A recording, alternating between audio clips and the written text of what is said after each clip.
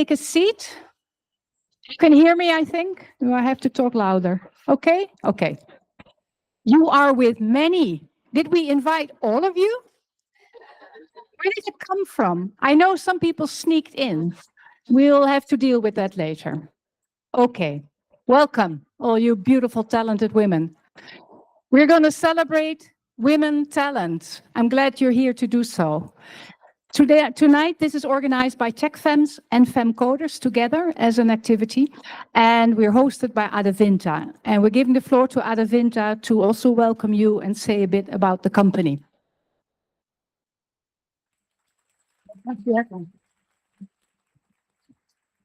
Bienvenidos a todas. No les hablaré en inglés. Vale, primero que nada, bueno, les presentaré un poco lo que es Adevinta para los que no lo conocen, ya que es un nombre que no nos suena todos los días. Sin embargo, es la empresa que maneja diferentes marketplaces a nivel mundial en América y también en Europa, con más de 25 marketplaces a nivel, como les dije, mundial. Entre ellos tenemos en España, por ejemplo, Mil Anuncios, Coche.net, Motos.net, Fotocasa, Infojobs y Habitaclia. En Francia tenemos Le Bon Coin. En Alemania tenemos lo que es Mobile. Y bueno, con todos estos marketplaces, más o menos manejamos alrededor de unos 2.500 billones de visitas al mes, teniendo unos revenues de 1.600 billones de euros. Y bueno, nuestra empresa tiene alrededor de 5.700 empleados.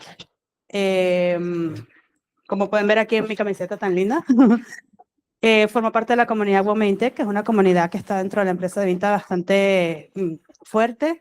Somos alrededor de 300 personas que estamos aquí para empoderar a la mujer de que se venga al sector tech, que, bueno, más que nada eso, ¿no? Compartir experiencias, ayudar, hacer meetups también y tratar de ayudar a todas las chicas que quieran venirse al mundo tech. Sin más, pues les dejo aquí con Herrero. Gracias.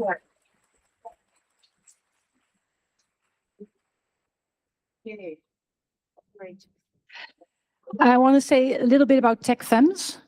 Some of you know us already, but still, a short introduction. My name is Henrietta. I'm the coordinator of TechFems. TechFems is a community led by volunteers. We're bottom-up and inclusive for women and women-identifying folks. We organize events that are safe spaces for this diversity because we think it's important. We're driven by the solidarity among women. We strongly believe that the solidarity of women gives us power and that every woman can be empowered through that. We want to empower women, but also raise awareness because tech needs to be more diverse. Technology is ruling our daily life. How can we work with technology that is developed by male, white, Western men between 25 and 35 years old? That's not society, that's not representing us. And that's why we need diversity, to create tools that are good for everybody. And that's why we need more women in tech. We organized this event together with FemCoders. I'm going to say a little bit about FemCoders in English, and Leah is going to take over en español. FemCoders Club is a community of female developers whose main objective is to break the digital gender gap and to be a reference that promotes female inclusion in the technological world. Their intention is to create a safe space where we can meet and work together so that we all have the opportunity to grow. FemCoders Club's main mission is to empower women so that each of us can have a successful career with equal possibilities while connecting to each other. We envision a future where women lead, innovate, and shape the digital landscape, where diversity and inclusion are not just buzzwords, but fundamental principles that drive technology progress. Diversity is our strength, and together we are forging a new path in technology. Over to you. Thank you.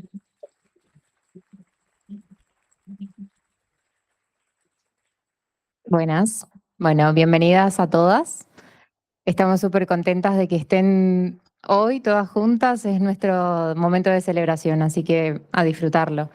Y como decía Henriette, voy a hacer una pequeña presentación de nuestra comunidad, de nuestras dos comunidades, ¿sí? Para que todas lo podamos entender, para las que hablan en español también. Bueno, primero comienzo con Fem Coders Club, que ya nos conocen bastantes, pero para las que todavía no, somos una comunidad de mujeres principalmente desarrolladoras. Hoy somos más y más diversas, que bueno, como principal objetivo buscamos romper con la brecha de género digital y ser un referente que fomente a la inclusión femenina en tecnología. Nuestra misión principal es eso, un poco empoderar a las mujeres y ser un lugar que aporte para el crecimiento tanto personal como profesional, que tengamos un lugar seguro donde trabajar juntas y crecer. Y visualizamos un futuro donde las mujeres innovan, dirigen y lideran los espacios tecnológicos y en general, bueno, sus vidas personales, ¿no? Así que, bueno, gracias a todas por venir hoy y gracias a todo el equipo de TechFems por eh, incluirnos en esta oportunidad. Así que estamos muy contentas. Bienvenidas todas. Bueno,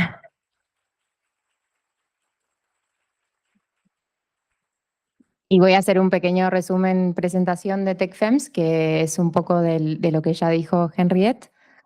Bueno, también igual que nosotras, son una comunidad que está formada por voluntarias, mujeres y personas que se identifican como mujeres y su objetivo también es fomentar y dar lugar a un espacio seguro tanto para las mujeres como para las personas que se identifican como mujeres. Creen en la importancia de la diversidad en el sector tecnológico, principalmente porque, como todos sabemos, el ambiente tecnológico está en su mayoría regido, dirigido por hombres, y que en su mayoría también son hombres blancos. Entonces, bueno, eso no nos representa como sociedad, ¿no? Eh, Entre las dos comunidades y ellas en su comunidad buscan un poco fomentar la diversidad y eso lo buscan lograr mediante la inclusión de las mujeres en el sector tecnológico. Así que bueno, bienvenidas. Gracias.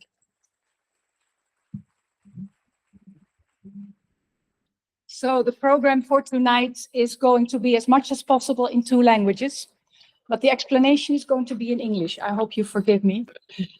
We leave this on the screen so that you can digest it a bit. We do blocks of talks.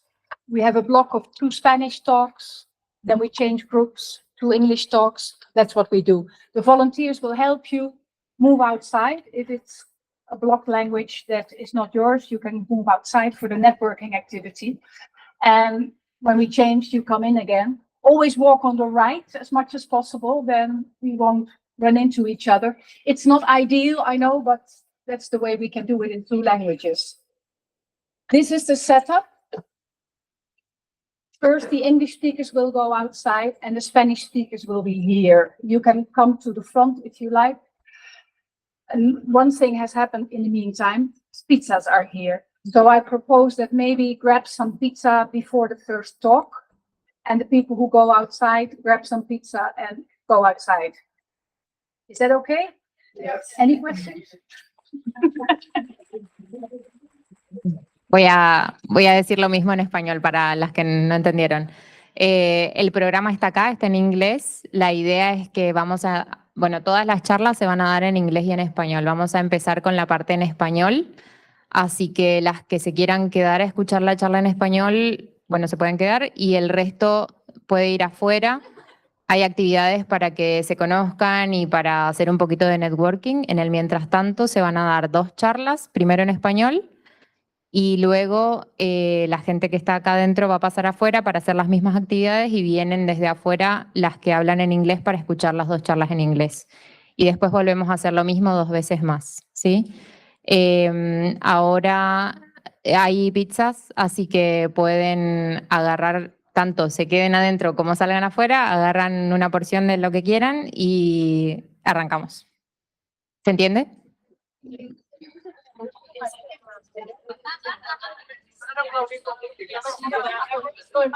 Sí. Ah,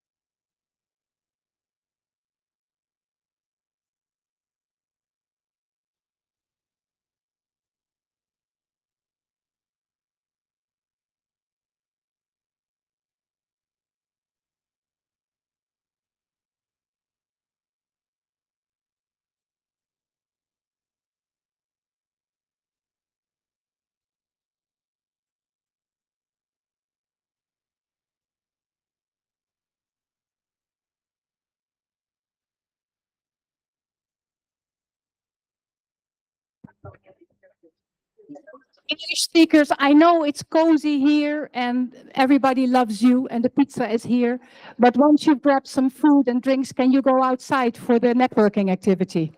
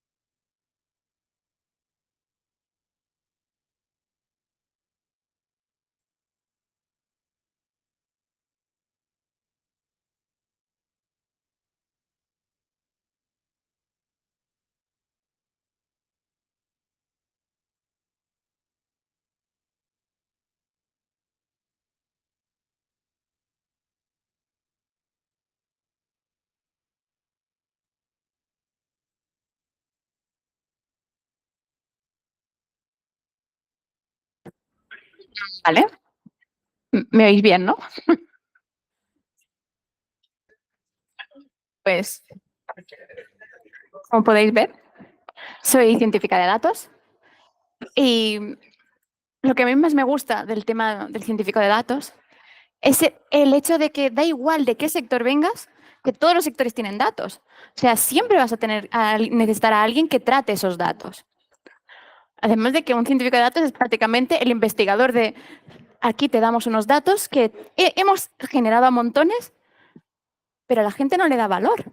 Generan y generan y generan datos y muchas veces las empresas ni siquiera son conscientes de las cosas que se pueden encontrar dentro de esos datos.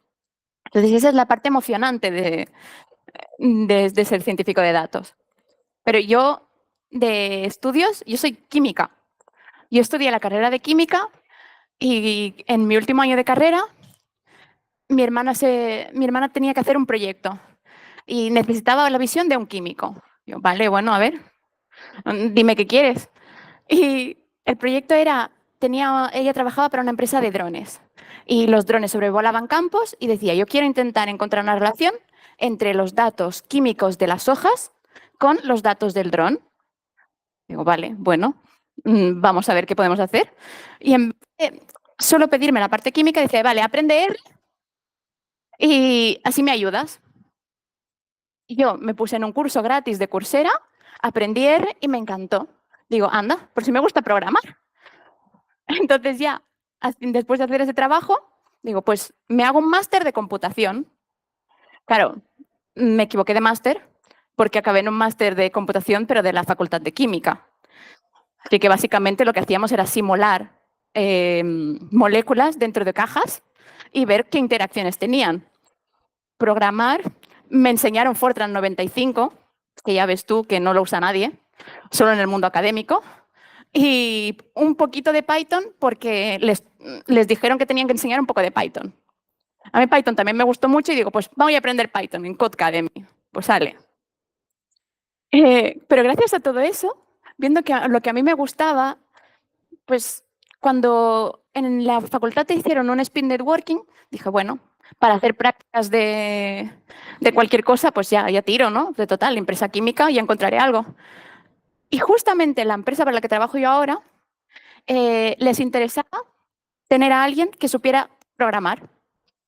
Y dije, vale, pues me cogieron de becaria en un departamento de I+D. El problema es que el departamento de I+D, como tampoco sabían qué podían hacer con alguien que sabía programar, dicen, bueno, actualízame este Excel. Claro, para actualizar Excel yo no estoy aquí. Así que les pregunté si podía no hacer eso y cambiarles el Excel por algo mejor. Y como tampoco tenía mucho conocimiento de hacer las cosas, bueno, busqué por internet y les transformé. En vez de ese Excel de cálculos tan rudimentario que tenían, que en realidad no hacían todos los cálculos ahí porque no sabían usar Excel, hacían básicamente los cálculos estadísticos, los hacían en otro programa para luego pegar otra vez los datos en Excel. Pues en R yo les hice un programa que era feo de narices, pero funcionaba, que hacía todos los cálculos y ya les imprimía un report en HTML. Pues gracias a eso me contrataron en la empresa porque les ahorré unas semanas de trabajo. Entonces, los últimos 4 años, básicamente, creando aplicaciones de automatizar datos. Básicamente con R Shiny, las aplicaciones en ese programa en Shiny son unas aplicaciones web que ahora son preciosas porque ya tengo práctica. Y hacen todos los cálculos y les imprimen los reportes. O hacen los cálculos directamente en la aplicación y así solo tienen que ver, imprimir los gráficos que son interactivos y bonitos y todo lo que quieran. Pero también yo quería hacer más cosas, porque digo, solo esto y alguno que otro programa de computer vision que he hecho con Python, porque el laboratorio tenía cosas de imagen y yo digo, bueno, pues va, aprendo un poco de esto también. Pero gracias a esto, yo he conseguido acabar como científica de datos. Y todo porque a mí me apetecía hacer otra cosa. Yo veía que tenían montones y montones y montones de datos y solo usaban los resultados del momento. Digo, pero si con esto podemos hacer un montón de cosas. Si los organizamos bien en una base de datos, podemos hacer cosas. Lo que ocurre es que cuando trabajas para un departamento que no es de datos, apenas te dejan hacer nada. Entonces, para crear una base de datos necesitas hablar con IS. Vale. Los de IS te ponen pegas porque dicen, tú no vas a crear la base de datos, porque como no trabajas en un departamento de datos, a la que tú te vayas, ¿quién va a cuidarlo? Nadie. Entonces, empiezas con trabas y trabas y trabas y al final acabé diciendo, vale, pues quiero entrar en el departamento de Data Science. Y justamente el año pasado hablé con la jefa de los de Data Science y gracias a que hice una presentación en un simposio de la empresa en el que tenías que mostrar tu trabajo a los demás de la empresa para que lo entendieran, pues conseguí el puesto.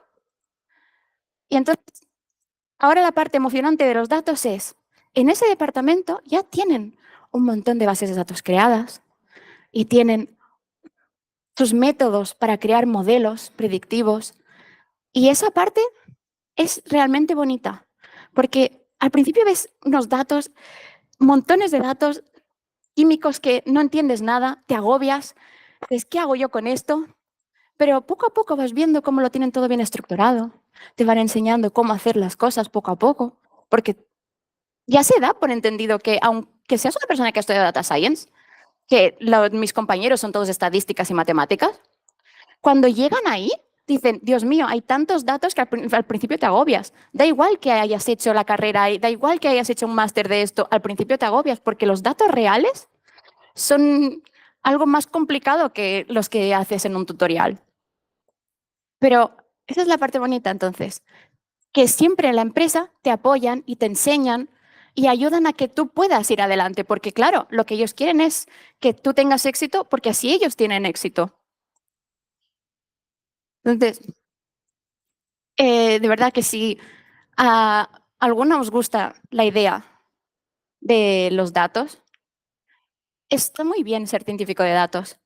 Hay muchos puestos ahora mismo abiertos.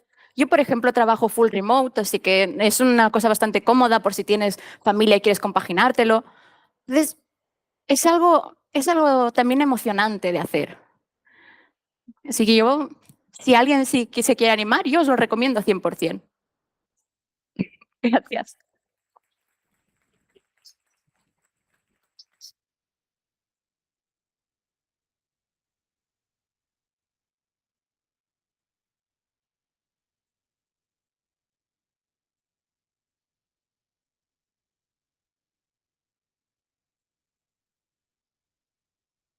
Hola, ahora, perfecto. Bueno, soy Marta, trabajo actualmente y estoy en el mundo del blockchain. Voy a empezar un poco explicándoos cómo llegué a este mundo y luego ya entramos más en blockchain a ver qué os parece también.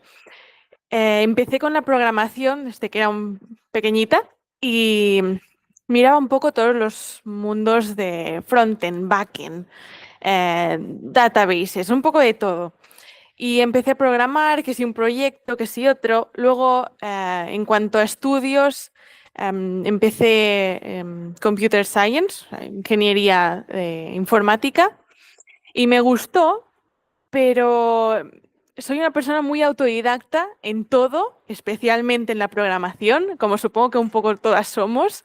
Somos muy autodidactas, por eso cambiamos de sectores o nos dedicamos al mundo de la programación, que es muy autodidacta en general. Y en cuanto a la universidad, me gustó, pero la parte teórica siempre se me queda un poco como corta, quizá, ¿no? Y me gusta más aprender de otras formas. Y encontré, a raíz de buscar otras maneras de formarme, la Escuela 42. 42 Barcelona está en todo el mundo, en muchas ciudades, 42. Y aprovecho un poco para explicarlo porque sé que algunas empezaréis bootcamps o los habéis hecho. Y es un poco la antítesis, aunque comparten varias características, a los bootcamps. 42 es una escuela generalmente entre 1 y 3 años que equivale a una formación de ingeniería informática, pero es más similar a un bootcamp en el sentido en que te van planteando proyectos y tú a partir de esos proyectos vas haciendo. No tienes profesores, tienes peers, personas con las que vas contrastando tu evolución, te van evaluando, tú evalúas. Es una metodología de aprender, sobre todo si estáis en el caso de transicionar carreras, que es muy, muy interesante. Sí que no son 3 meses de un bootcamp, son 2-3 años, pero si tenéis el tiempo y las ganas, 100% mirároslo, es muy, muy recomendable y a mí me encanta. Es un modelo de aprender que es muy, muy guay y es programación en C, o sea, es caña, pero mola mucho. Dicho lo cual, ahí empecé con el mundo de la programación y luego empecé a ir a hackatones. Hackatones, no sé si alguna habéis ido, veo cabezas que dicen que sí. Muy, muy top. No sé si estáis conmigo. Es una experiencia súper interesante, muy, muy intensa. Son generalmente 2 días en los que estás con un grupo de trabajo, formáis una idea de proyecto, se ejecuta hasta donde se puede, pero son 2 días muy intensos.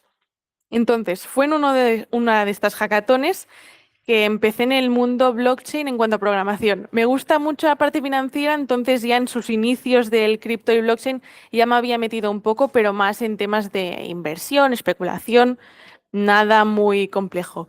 Y luego en una de estas hackatones era de blockchain y empezamos con el equipo, nadie sabía mucho del tema, he de decir, y empezamos un poco a ver cómo podríamos usar el blockchain para la solución que queríamos hacer, optimizarla, añadir nuevas funcionalidades y a partir de ahí fue una experiencia totalmente de su vida.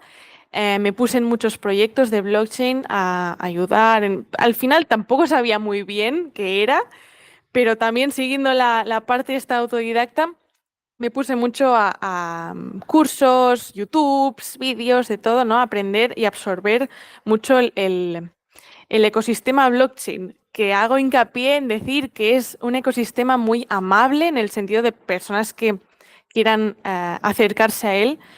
Es muy newborn, aún está muy verde en muchos aspectos, aunque han evolucionado muchísimo, pero es un ecosistema en el que, pese a ser muy fast-paced y que nunca nadie sabe muy bien qué está haciendo, no, sí, eso se da mucho.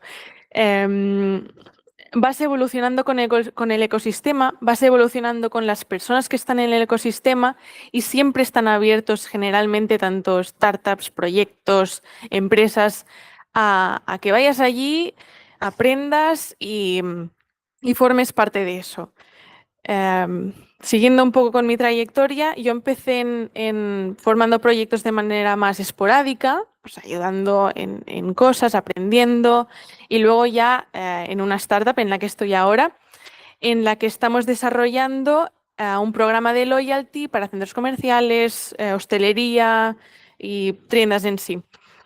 Ahí va el tema de blockchain. ¿Qué es blockchain? Blockchain es un Internet descentralizado. Descentralizado significa que le quitamos el poder a un ente concreto y se lo damos a la mayoría que conforman el ecosistema blockchain. Entonces, no sé cuán familiarizadas estáis con cómo funciona Internet en cuanto a estructura, pero si por ahora tenemos servers centralizados, o sea, están en el cloud o en un server en la empresa o lo que sea, blockchain lo que hace es pasar de eso y en su lugar hacer varios servers que son los nodos, incluso una persona con su ordenador puede ser un nodo, y hacer una red de nodos que en su conjunto hagan la función de un server centralizado. ¿Por qué queremos hacer eso? O sea, ¿qué beneficio da frente a un server centralizado? Que otorga poder y ownership a la gran mayoría de la población o de la población que quiera formar parte de eso.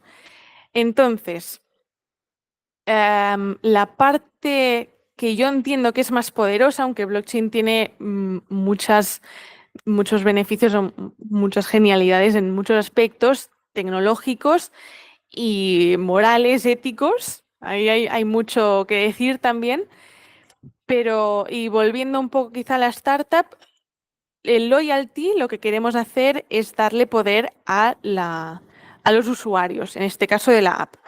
Es decir, por ahora, os pongo el ejemplo de la app porque creo que se entiende muy bien. Cuando tú vas a una tienda y canjeas lo que vas comprando y obtienes puntos, Tú al final tienes puntos que los puedes canjear por lo que sea, ¿no? Y es un funcionamiento bastante básico y claro. Al añadirle blockchain a todo eso, tú esos puntos, ahora tú eres propietario de esos puntos. Y esos puntos se pueden canjear, en este caso, por un NFT.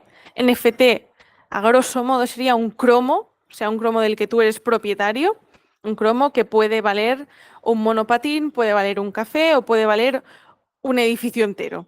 O sea, tú tienes el cromo del cual tú eres propietario. ¿Qué beneficio da eso frente a tener puntos simplemente? Que tú puedes intercambiarlo con alguien, el mismo sistema que un cromo. Puedes intercambiarlo con alguien sin que nadie esté de intermediario. Las cripto lo que buscan un poco es tirar por esa vía, o sea, que no necesites cripto es la parte de blockchain pero financiera, ¿no? Que no necesites un banco para pasarle dinero a tu amigo, sino que tú directamente puedas tener tu moneda o tu amigo, ¿no? Y pasártela sin que nadie tenga que estar de por medio. Al final, la tecnología blockchain está ya sea puntos de loyalty, como sea tu dinero, propiedades, lo que sea, lo que busca es darle poder al usuario para que tú no dependas de nadie para poder darle lo que sea a tu amigo o tu amiga o tu lo que sea. Entonces, todo ese mundo de blockchain es lo que, y toda esa, sí que es complejo, ¿no? Hay muchas complejidades, pero como en todo, pero me atrapó mucho la parte de que es una tecnología que evoluciona muy rápido, en la que tú puedes formar parte significativa fácilmente, o sea, se pueden hacer proposals fáciles y es un mundo en el que creces con el mundo. Es el beneficio que tenemos de ponerse en el blockchain ahora, es que es incipiente. Y un poco eso, no sé si se ha explicado bien un poco lo he hecho un poco mezclado, pero la trayectoria, el qué es blockchain y por qué me gusta. Luego ya si hay preguntas o lo que sea, sé que es un tema un tanto disperso, pero bueno, espero que haya quedado más o menos claro. No sé si me extiendo más o no. ¿Qué tal? Carrier perspective, vale, guay.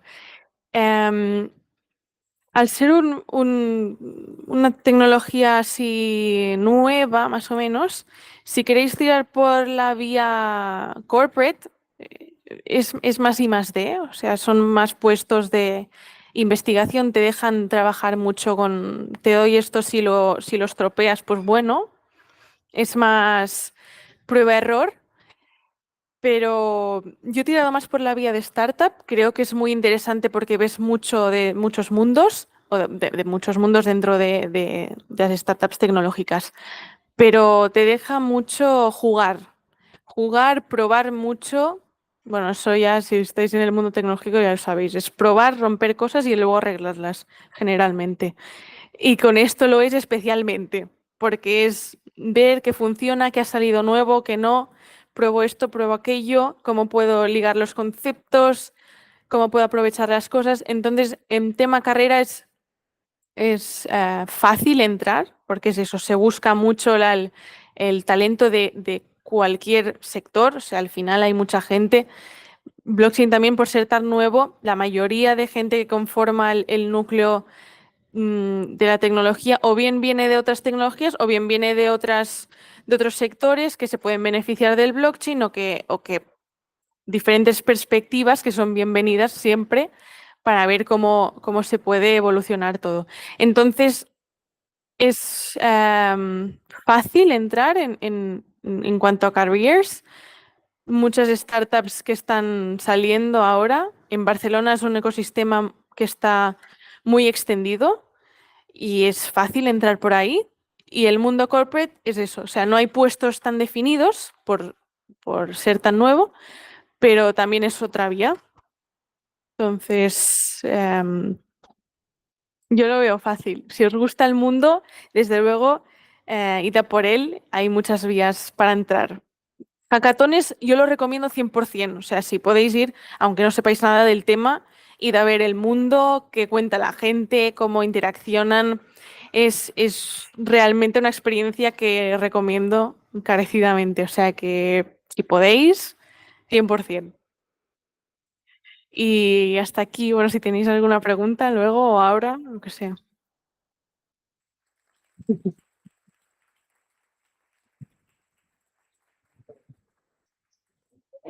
Thanks very much. We are going No, to no, change. thank you. So this is also the moment that you can grab more pizza. And try to move to the right and then outside.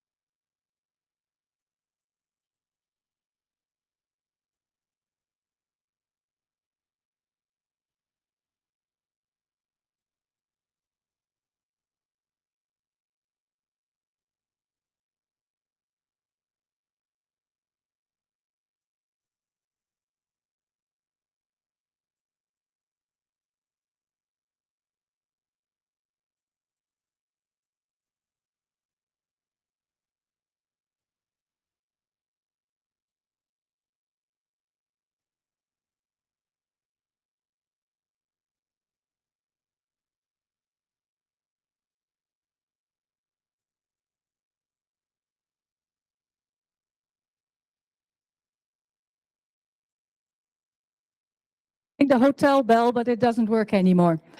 Are we ready? English speakers, are you all here? You can sit up front a bit more. Everybody here?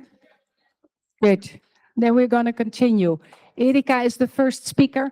We put the QR codes there so that you can link with all these fantastic women on LinkedIn, and you can always get in touch when you have more questions and you didn't get a chance to talk to them. So make sure you link. Érika, the floor is yours.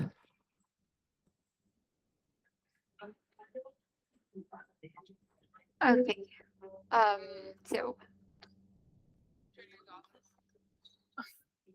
as you can see here, I'm a data scientist.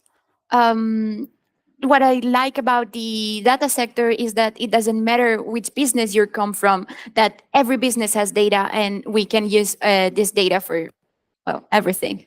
So you can work in every business. So that's the most interesting part. If you think of, I'm a chemist. Instead of working and ending up working at a lab at my last year of college, my sister asked me for help with a project. She worked with in a drones company. So they use the drone just to assess fields. So, produce fields. So she wanted to see if there was a relation between the certain components of the leaves in this produce with the images the drone took. So I said to her that I will help her, but the thing is, instead of just helping her with the chemist part, she made me learn R, so I could help with everything. But the cool part was I started a free course in Coursera, and I really liked it. So there I did. It was better not to up, so I can still continue with computer studies and do something that I like more. So I went to a master's degree that was computational modeling, that it sounded really good, but it was in the chemistry faculty. So basically it was modeling actual molecules inside a box to see how they interact with each other. The programming part, they teach us a little of Fortran 95. So this not really useful for the industry. And they also teach us a little bit of Python. So I started to study Python because I liked that more than Fortran 95. And my faculty used to organize speed networkings. So I went to my last year of master's just to practice interviewing, not really thinking that I will get anything, because it was for chemists. But the company I work for the one I work now, they were there looking for people to make an internship, and they said, "Well, you do something about computers, right?" Okay, so they got me to an intern in an R&D lab. So the thing is, the R&D lab, they didn't really know how to do with someone that know about programming or computers. So they just say, okay, here you have an Excel sheet. Can you please fix it? They were doing calculations in this Excel sheet, but not all the calculations, because they don't really know how to use Excel. So part of the calculations, they just went to another software and then copy it again in the Excel sheet. So I thought that was really complicated, and they were losing a lot of time with that. And I didn't really like the system, so I asked them if I could do anything else. So I looked in the internet because I really didn't know how to work with that. But I started to prepare a program in R. So at first it was R Markdown. That just gather all the information of the results and perform all the calculations and return it out in HTML. everything was pretty complicated and ugly, but it made them, it fastened the work. So thanks to that, they hired me. So I've been 4 years just improving applications using R Shiny that makes everything look more beautiful, and it's easier to program. So I have 2 web applications that automate all the calculations for the different labs of the R&D, this R&D. And I really liked doing this, but I think I wanted to do something more. They had a lot of data, and they were just using the data for each essay, and just they weren't paying attention of everything they had created for the, I don't know, 10 years they had this lab open. And with this data, we can do a lot of things. So I thought, if we can gather all in a database, we can start modeling this data and finding patterns with it. So the problem is, when you work in an R&D lab, usually you don't have support to do databases or anything else that is not the things of the lab. So they said, well, if you want to do anything, you need to work in the data science group. Okay, so I try it. I just, last year, I participated in a specific symposium of the company that you share your work to other sectors of the company. Say, okay, now I did that, so they know me. I presented myself in front of the boss of the department, and I say, I want a job. And I think I can do something with it. I explained to her what everything I wanted to do with the data and why I couldn't do it. So I don't know if it's just because I said, okay, I'm going away of the company if I don't get a job here. And they finally got me to this department. So I've been working in the department, 5 months or less. But the cool part is, they know I didn't really had experience in the part of modeling, but as they want you to succeed, they teach you how to do things. They have a lot of data of everything in the, so you have to think that my company is international. They have a lot of factories, and the data they have most is from factories. So they have a lot of data, different kinds of, mostly chemists. And it's a little bit overwhelming when you see all this data and they ask you to model something with that. And at first I was really afraid of it, but they say, oh, it happens to everyone. And they all are from statistics and masters of data science. So they have the background that for data science, let's say the normal background. So at first, when I was like, this may be too much for me, I said, oh no, it's something that happens to all, don't worry, just take it a few weeks, you will see the data, we will teach you. I have someone that every week talks with me and tries to help me really getting this model to production. So it's the other good part of being a data scientist. Normally, most of the companies don't expect you to know everything. They know that even if you studied the data science, the normal things, let's say the tutorials you do in school, the data is prepared. So it's not like the real data. You don't have everything so raw that it's in the industry. So they teach you because they know you are going to at first feel overwhelmed with it. So if you are interested in data science, there are a lot of job openings in a lot of different sectors and industries. And I will say go for it because it's really beautiful. Thank you.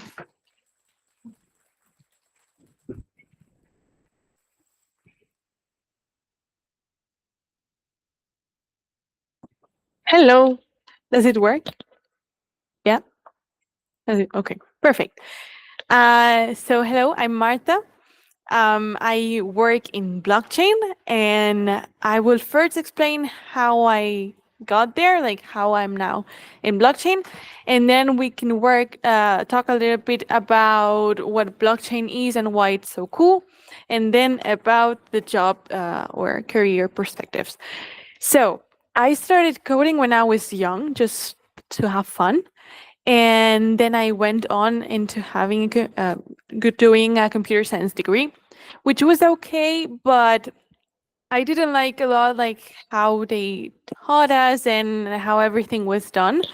So I went on and searched a little bit like what were the other options for further studying the computer science and programming part, like all these things. And I found out 42 Barcelona in this case, and I really loved it.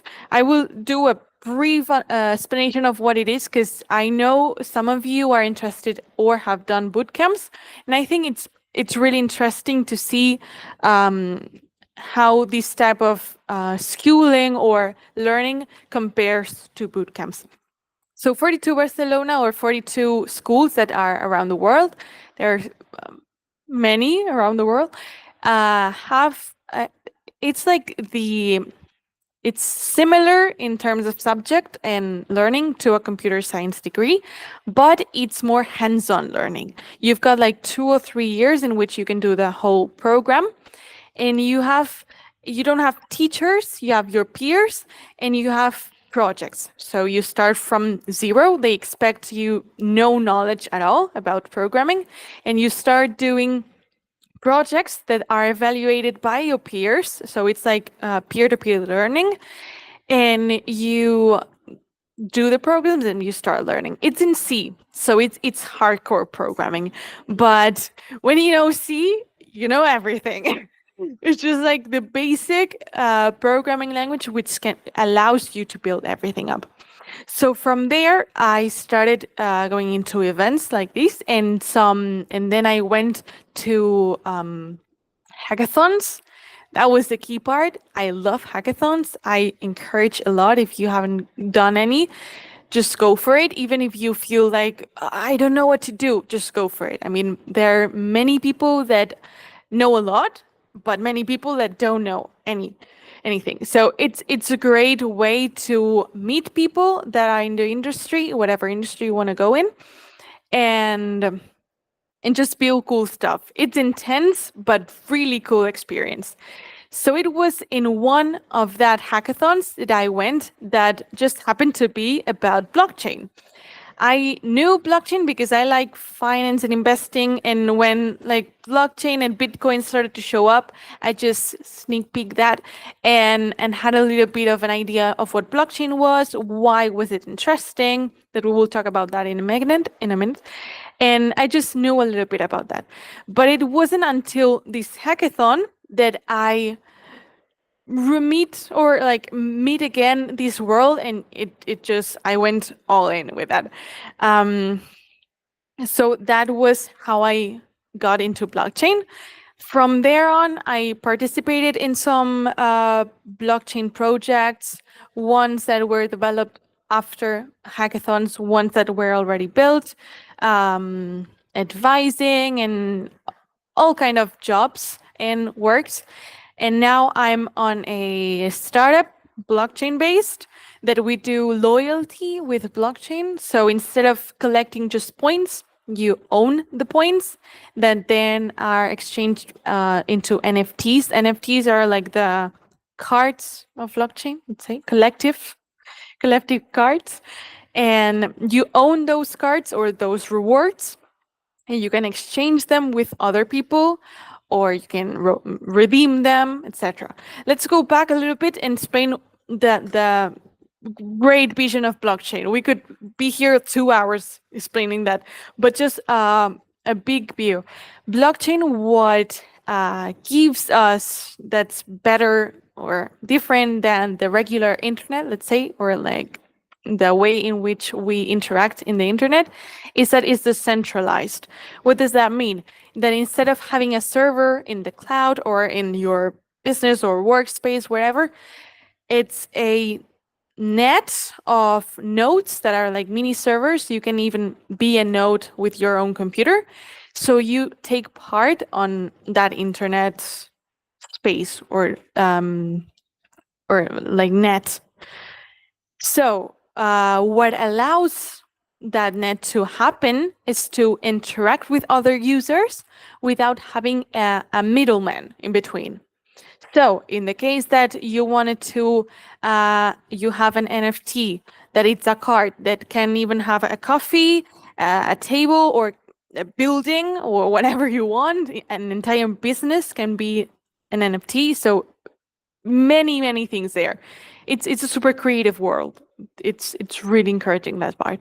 So instead of having just your NFT and talking to a third party to pass that into your friend as you would with a bank. I mean, if you have 100 euros and you want to send it to someone, you inevitably have to go to your bank, say, hey, I want to send this money to that peer.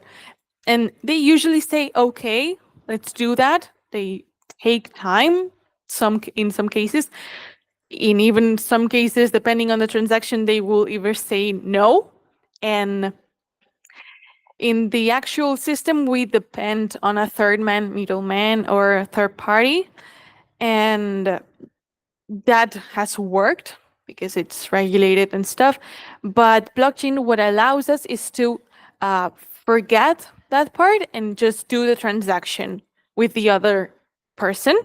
So in blockchain, if I want to send 100 euros, in this case, digitalized euros, to your friend, you can do that without telling anybody else. I'm just the owner of that money, and you are the owner of your money, so I can send my money to you, and I'm responsible for lowering my balance, and you're responsible for upping your balance. So blockchain is really interesting for that, because blockchain gives you back the ownership and the power to just be the owner, the real owner of your money, your properties, your points in a loyalty card. You don't depend on someone just accepting your transaction. You just do it. So that has the bad part that you need to be the owner. So there has been many terrible stories of just millions lost in forgotten passwords. So that's the tragical part. But yeah, that's blockchain in a nutshell. I'm sure there are many things that I'm missing right now, and they're super interesting. If you like or feel curious about this field, if you want to ask for resources, just go ahead. I mean, I'll send thousands of it. I think there are many interesting things to learn about blockchain. And so that's a little brief about what that is. Now, in career perspectives, it's a really new topic. You'll grow with the ecosystem. It's ever changing. Every month happens, there are many things happening, and everyone is taking active part on developing the technology. So in general, the ecosystem, it has a really strong personality. Like, you can easily, once you enter, build a user persona of blockchain. But apart from that, it's really easy to enter. Different sectors, or different, whatever you come from, work-wise, it's welcomed in blockchain. I think different perspectives are really welcomed, and creativity is really enhanced in all sectors of blockchain.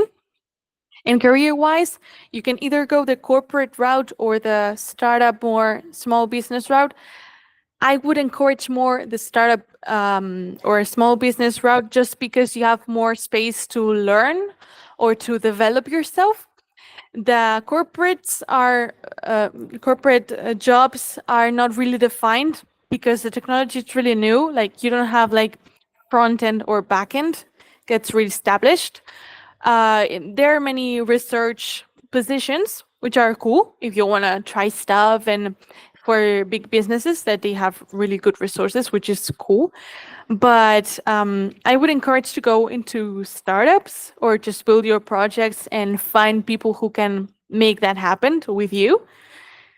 But in general terms, it's an easy and really great place to, or sector to go into. My opinion, of course.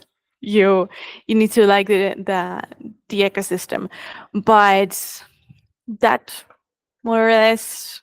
Am I missing something? Good. Okay, so that's it.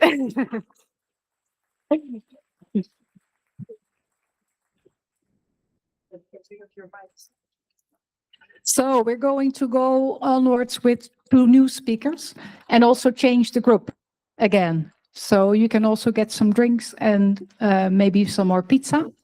The English group is going outside and the Spanish group is going inside. Thanks.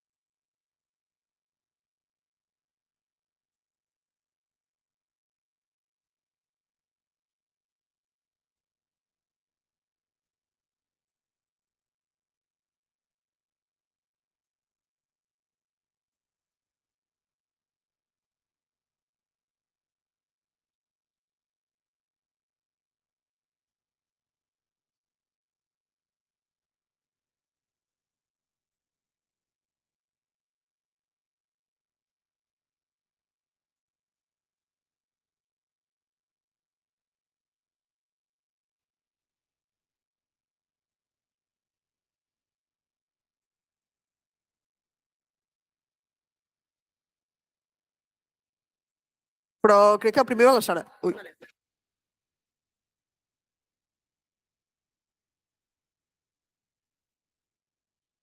English speakers outside. We're going to start with the Spanish talks again. Everybody. Thank you.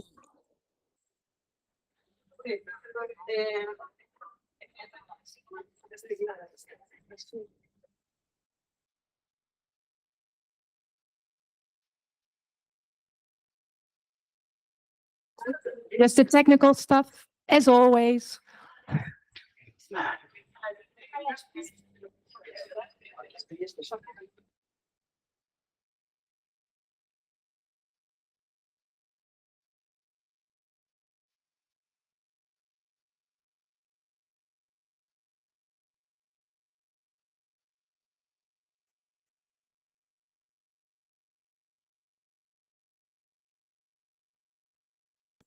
Okay. I have no experience, so. ¿Aló? ¿Aló? Hola, hola. Hola. Sí. ¿Se escucha? Voy a hablar más alto. ¿Aló? Hola. ¿Probando? O hablo más alto, ¿verdad? Okay.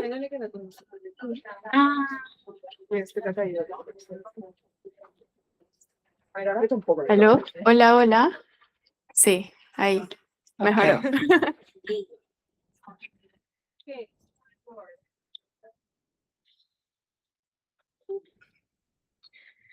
Hace un par de veranos, cuando tenía 7 años de edad, iba caminando al parque con mi papá, mi hermano. Mi papá recuerdo que tenía esta sonrisa de motivación para que mi hermano y yo hiciéramos ejercicios con él. Él tenía una mirada muy inspiradora y nos hacía que quisiéramos hacer lo que él quería hacer, en el mejor de los sentidos. Estábamos haciendo ejercicios o jugando probablemente en el parque y nos acaloramos, normal. Recuerdo que mi papá lo veo y se quita la camiseta. Mi hermano ve a mi papá haciéndolo y hace exactamente lo mismo. En ese momento yo tuve, bueno, primero vale aclarar, en Venezuela, un país del trópico, es normal que pasen estas cosas, te acaloras y te quieres refrescar. Pero yo recuerdo haber sentido que quería hacer lo mismo que ellos. Y mi papá, sin embargo, se acercó a mí y me dijo que si me quería quitar la camiseta, al final yo tenía 7 años, estaba bien. Yo simplemente no podía, me daba vergüenza o, o me sentía incómoda con hacerlo. No lo hice, no podía hacerlo. Pasaron horas en el parque, seguíamos jugando y de repente nos agarraron ganas de ir al baño, a hacer pipí. Mi hermano se acerca a mi papá y le dice, y mi papá le señala un árbol, listo, va mi hermano, camina hacia allá, al árbol, pipí, y a mí me viene otra vez este sentimiento de desventaja, de por qué yo quiero hacer lo que mi hermano está haciendo, pero no podía hacerlo. Con tan solo 7 años, recuerdo llegar a mi casa de vuelta, me miro en el espejo y yo quería ser niño. No quería seguir siendo mujer porque me sentía en desventaja, sinceramente, y por defecto. Este probablemente es un sentimiento que vivimos seguido o a diario. Quizás no nos damos cuenta porque lo hemos concientizado, mejor dicho, somos inconscientes de que nos está pasando porque lo hemos normalizado.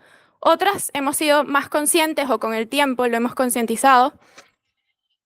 Pero a partir de los años he reflexionado de muchas experiencias en mi vida.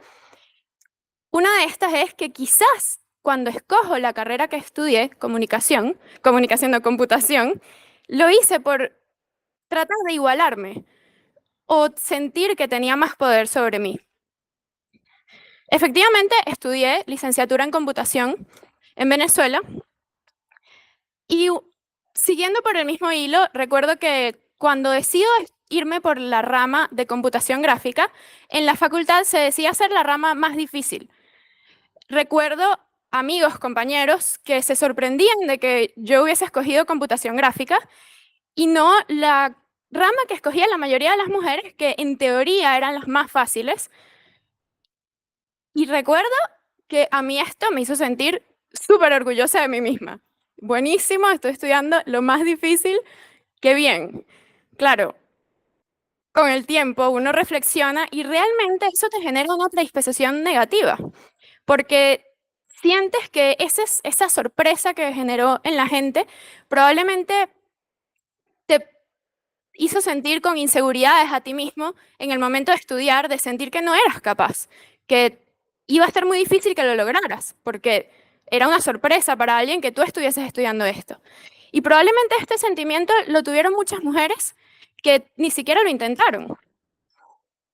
Ahora, que vamos a romper un poco el tema y videojuegos. No sé cuántas personas hay aquí que les gusta jugar videojuegos. Ah, bueno, ¿ves? Ok, bien. Ah, bueno, todos, todas, buenísimo.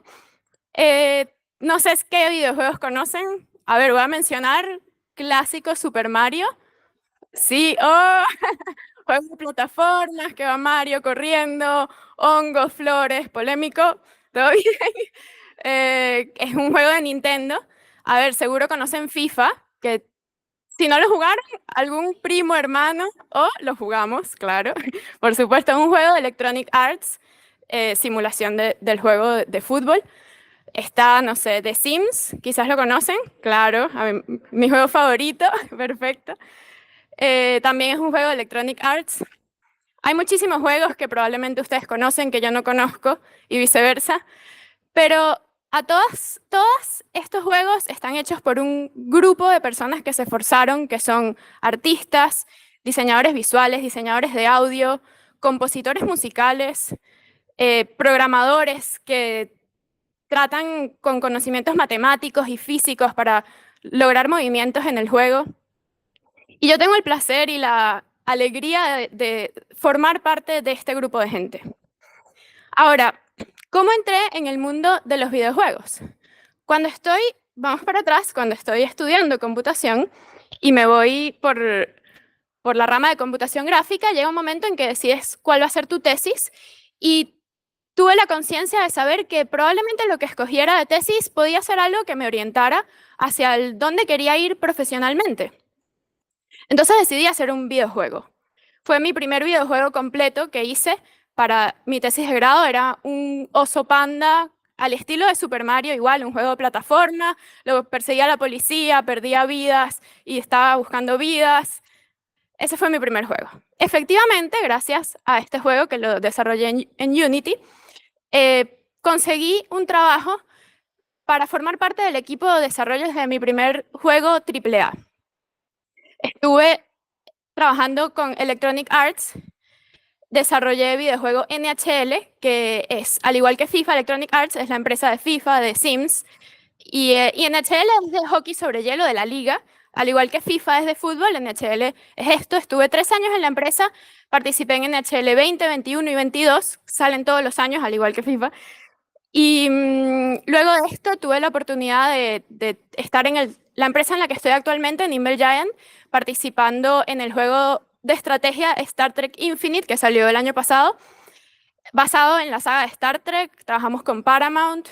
Y la verdad que uno de los sentimientos más lindos que uno puede tener es ver en los créditos tu nombre. Así, probablemente nadie vea los créditos de un juego, pero yo los veo y probablemente mis amigos del trabajo también los vean. Y sí, porque uno sabe lo que es jugar y pasarla bien. Y haber estado jugando, en el caso de Sims, FIFA, y pasarla tan bien con esas relaciones que haces más estrechas, familiares o con amigos, y motivarte en el día a día, ay, me voy a despertar a jugar, es algo que te puede generar un juego. Y estar en los créditos de juegos de empresas de los mismos juegos que yo jugué, se siente muy bien. Ahora, todos podemos programar. No es algo de superdotados. Tiene que gustarte. Y ahorita, en la actualidad, todos sabemos, en Internet está todo. y literalmente puedes programar. No te exigen un título universitario cuando buscas trabajos de programación, o al menos no en el mundo de, me parece que en todas las áreas de programación es igual. Puedes hacerte tutoriales de cero, sin saber nada, de hacer un videojuego completo, obviamente a menos escala que juegos grandes. Puedes participar en game jams, puedes hacerlo con un grupo de amigos o conocidos, integrarte y de esa manera aprender. Y todo esto puedes ir haciendo tú mismo tu propio portafolio que te puede llevar luego a trabajar en videojuegos. Todos lo podemos hacer, solo nos falta, o sea, solo necesitamos querer hacerlo y que nos guste, ¿no? A todo el mundo le gusta programar, obviamente. Y una de las cosas que también son las ventajas de la programación es que en toda esta incertidumbre económica no hemos sufrido ese impacto tan duro que quizás han sufrido otras carreras.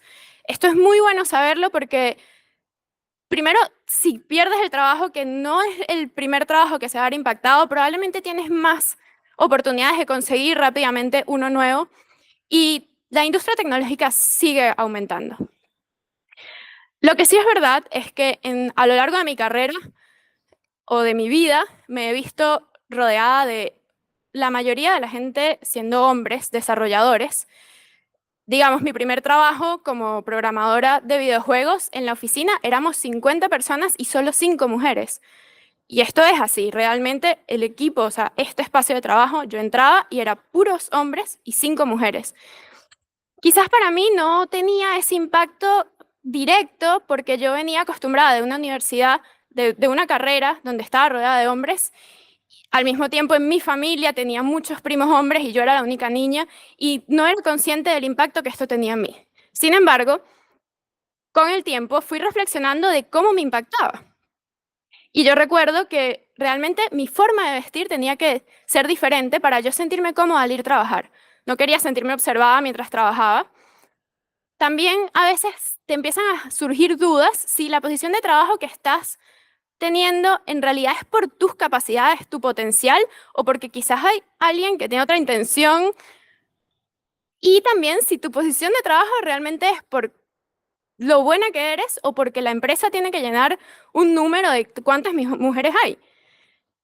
Infinitas de inseguridades uno puede tener. Realmente esto es algo de la vida de la mujer, que uno puede llegar a ser inconsciente de esto, pero pasa. Y no necesariamente está relacionado al ambiente laboral en el que estás en el momento o el ambiente que te rodea. Lo que sí es que tenemos que saber que nosotros escogemos quién nos rodea, nosotros escogemos el trabajo que tenemos. Al igual como uno decide que cambiar un novio o cambiar de amigo porque no te hace bien, puedes cambiar de trabajo. No es fácil, los cambios no son fáciles, pero puedes hacerlo. Incluso puedes alejarte de un familiar que te está haciendo daño. Si un trabajo no te está haciendo bien, no tienes un ambiente laboral bueno, puedes cambiarlo.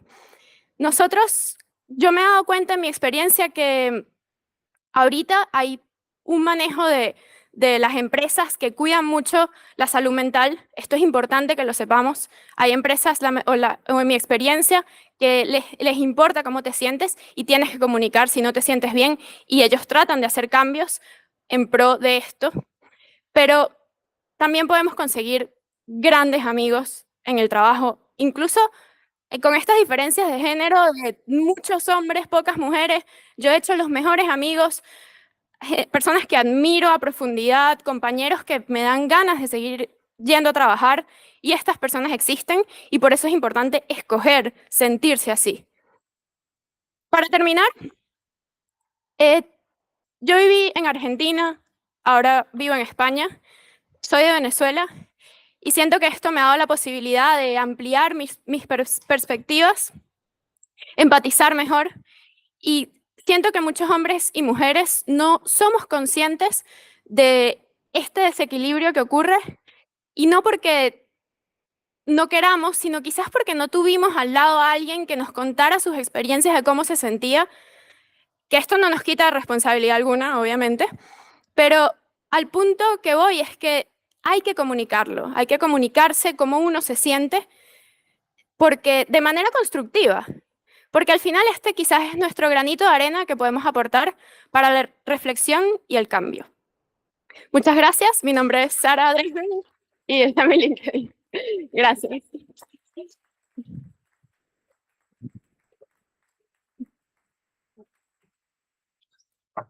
No sé cómo se pausa esto.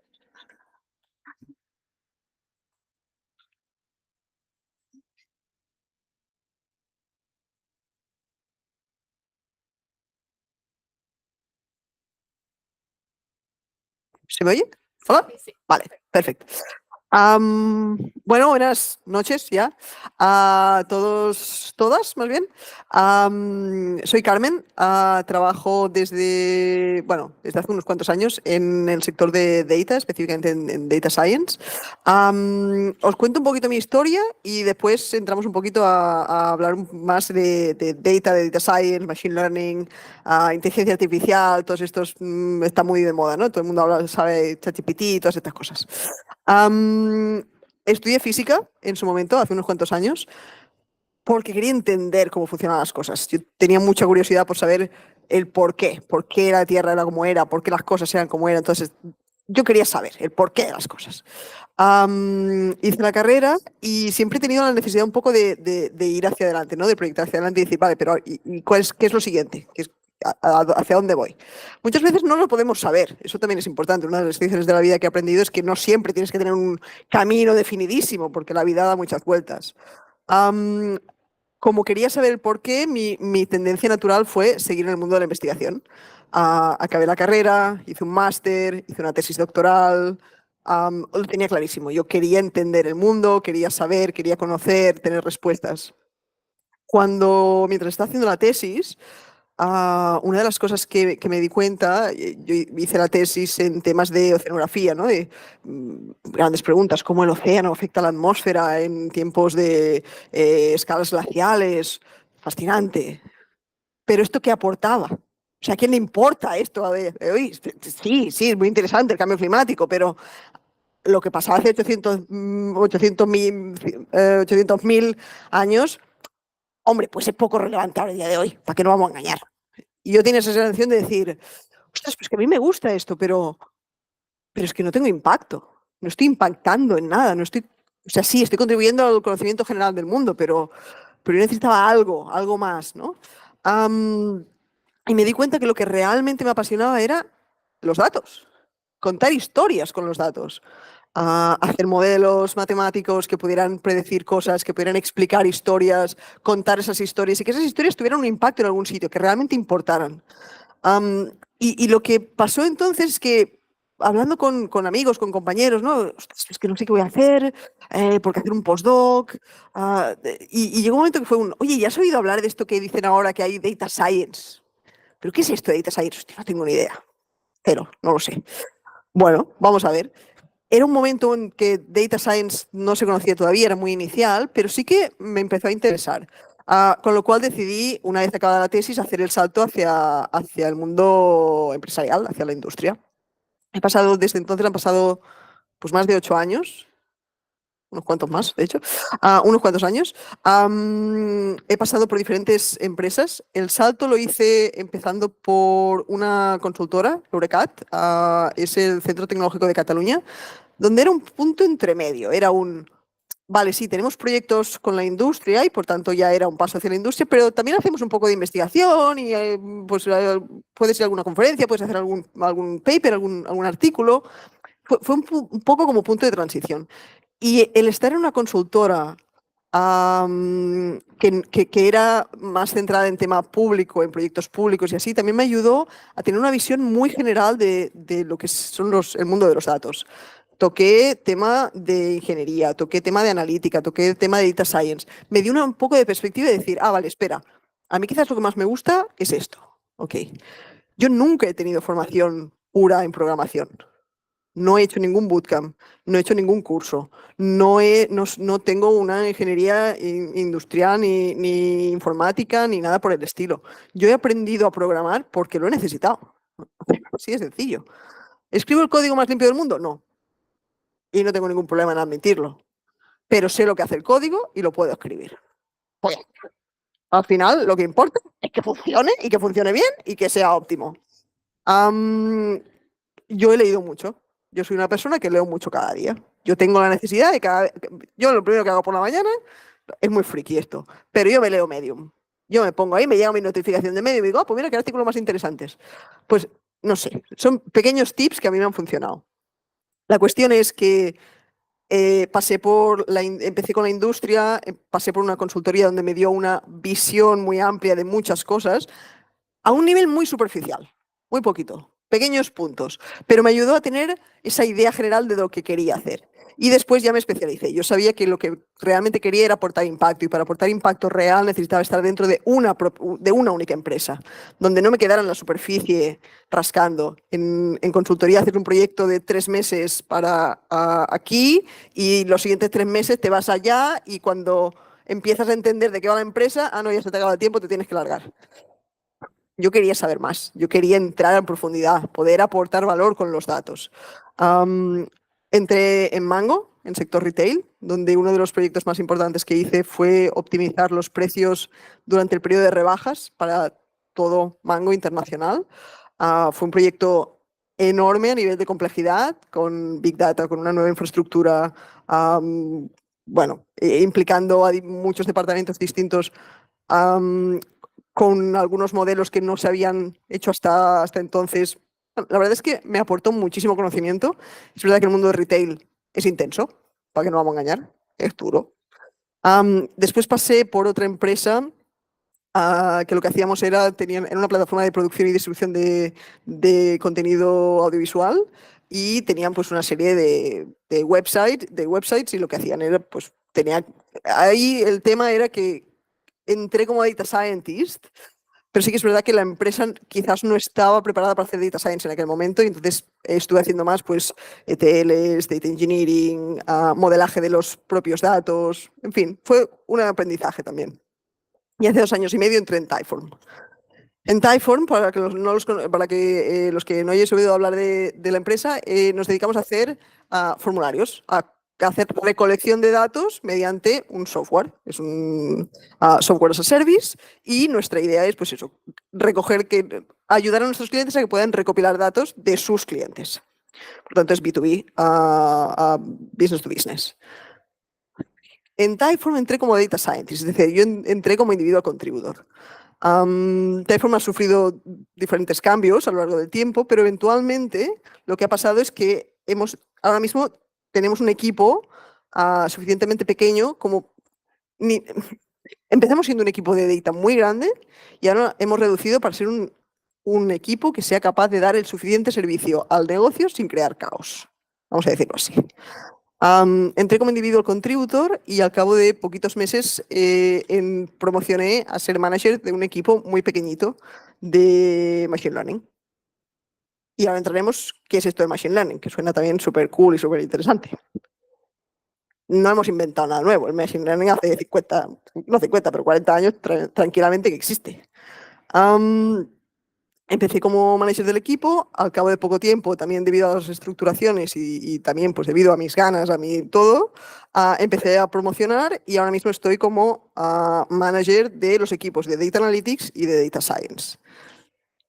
Llevo a un equipo de 10 personas, algunos que están por aquí. Hola. Todo esto os lo cuento por 2 motivos. El primero es, he hecho 2 cambios muy grandes en mi carrera. El primero es pasar del mundo académico al mundo industrial. Me tiré a la piscina, totalmente. Y el segundo es pasar de ser un individual contributor a ser manager.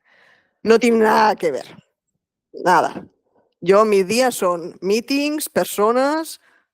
Yo hace mucho tiempo que he dejado de hacer código, y cuando tengo un poquito, 5 minutillos, es como pero esto lo hago yo, déjame un poquito, solo un poco, y ya está. Pero es así, o sea, la realidad es que es un trabajo totalmente distinto. No hay caminos equivocados, ninguno. Todo es un aprendizaje. Si queréis probar algo, probadlo. Y si no os gusta, pues cambiáis a otro lado. No hay una regla escrita que diga, es que hablamos, ¿no? ¿Cuál es el path, ¿no? El camino de un data scientist? Es que hay infinitos. Es que no. Ahora sí, han salido las carreras que son más específicas y tal, pero es que Cada uno viene de un sitio distinto. Es lo que decía Sara, nadie te pide un papel que diga yo he estudiado no sé qué para poder aplicar a un empleo. Para nada. Probad y si no os gusta, pues se cambia. No estoy diciendo que sea trivial y que sea fácil. Es muy complicado y los cambios son duros, pero no tengáis miedo al menos a intentarlo, porque es que no hay... hay una frase que a mí me gusta mucho que es there are no failures in life, no hay fallos en la vida, ¿no? No hay errores en la vida, solamente lecciones. Hagamos lo que hagamos, es un aprendizaje y eso nos lleva hacia donde realmente tenemos que estar. No sabemos dónde es, pero es igual, llegaremos, sea donde sea. Varias cosas. Antes de acabar, el tema de la inteligencia artificial. Hay muchas palabras de estas así que ahora se usan mucho, ¿no? Inteligencia artificial, Generative AI, LLMs, Machine Learning.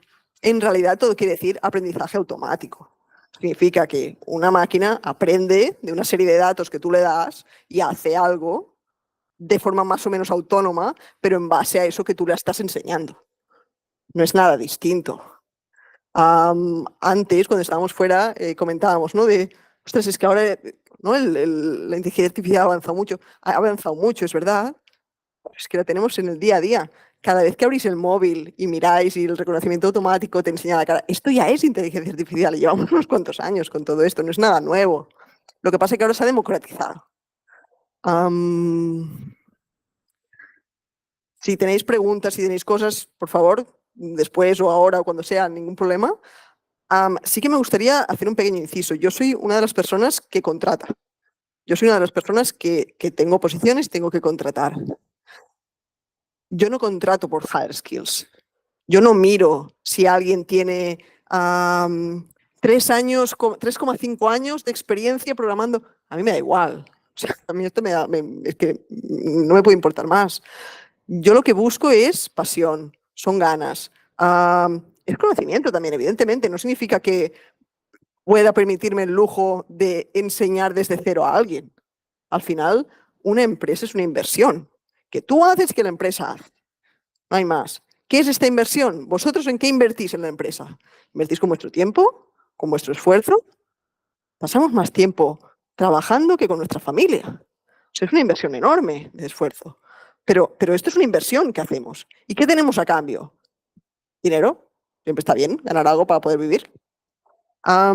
Y conocimiento. Experiencia laboral. Las empresas las podemos ver como una plataforma para seguir creciendo.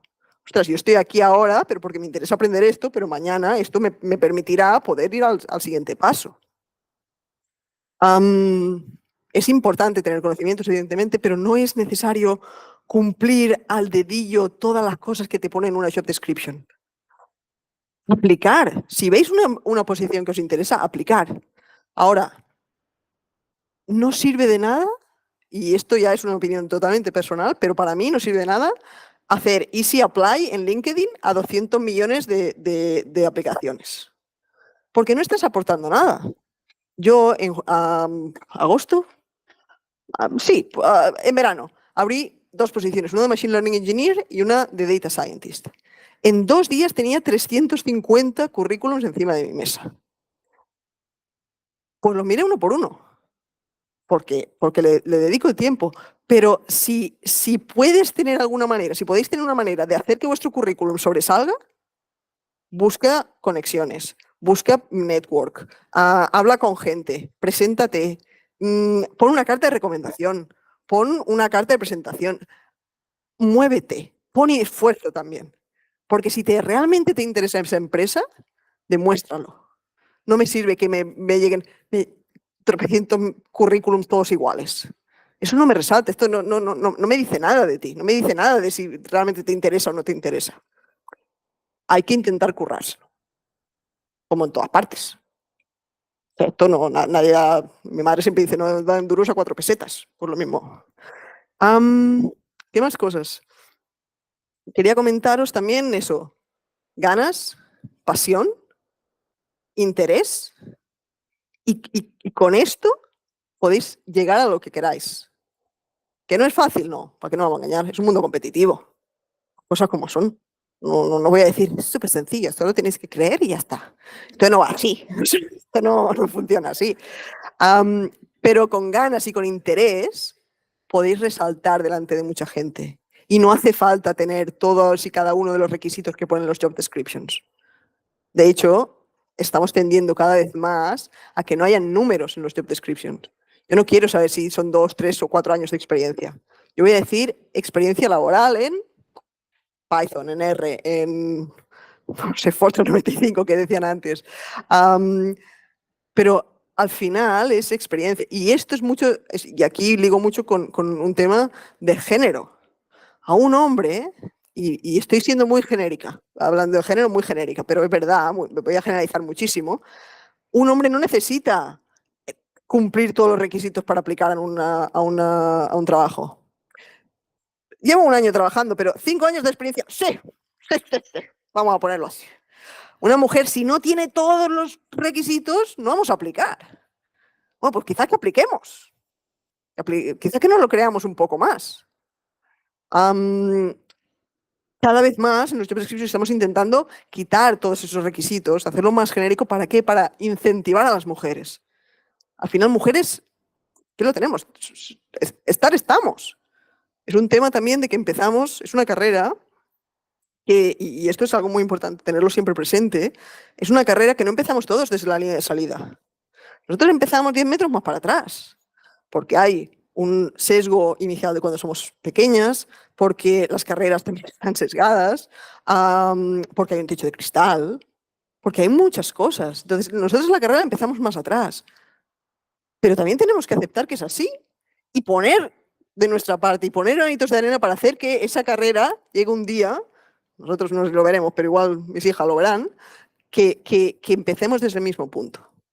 Y es up to us al final, es que nosotros tomemos la iniciativa de cambiar las cosas. Y eventos como este son los que realmente impulsan esos pequeños cambios. O sea que, bueno, muchas gracias y un placer estar aquí.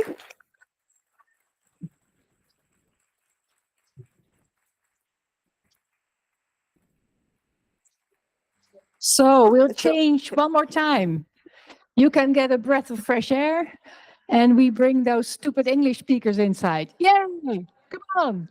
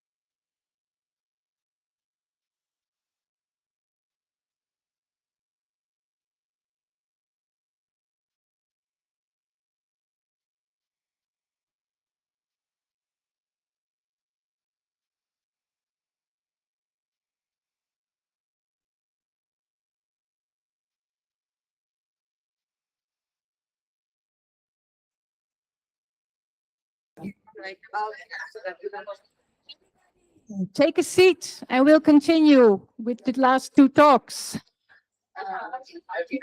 Get some inspiration.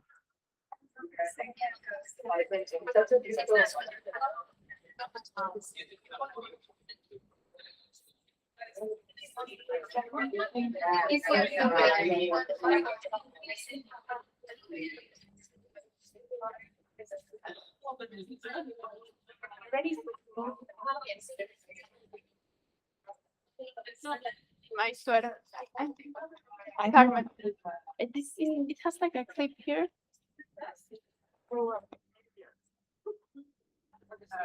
Sorry, I think it's still on.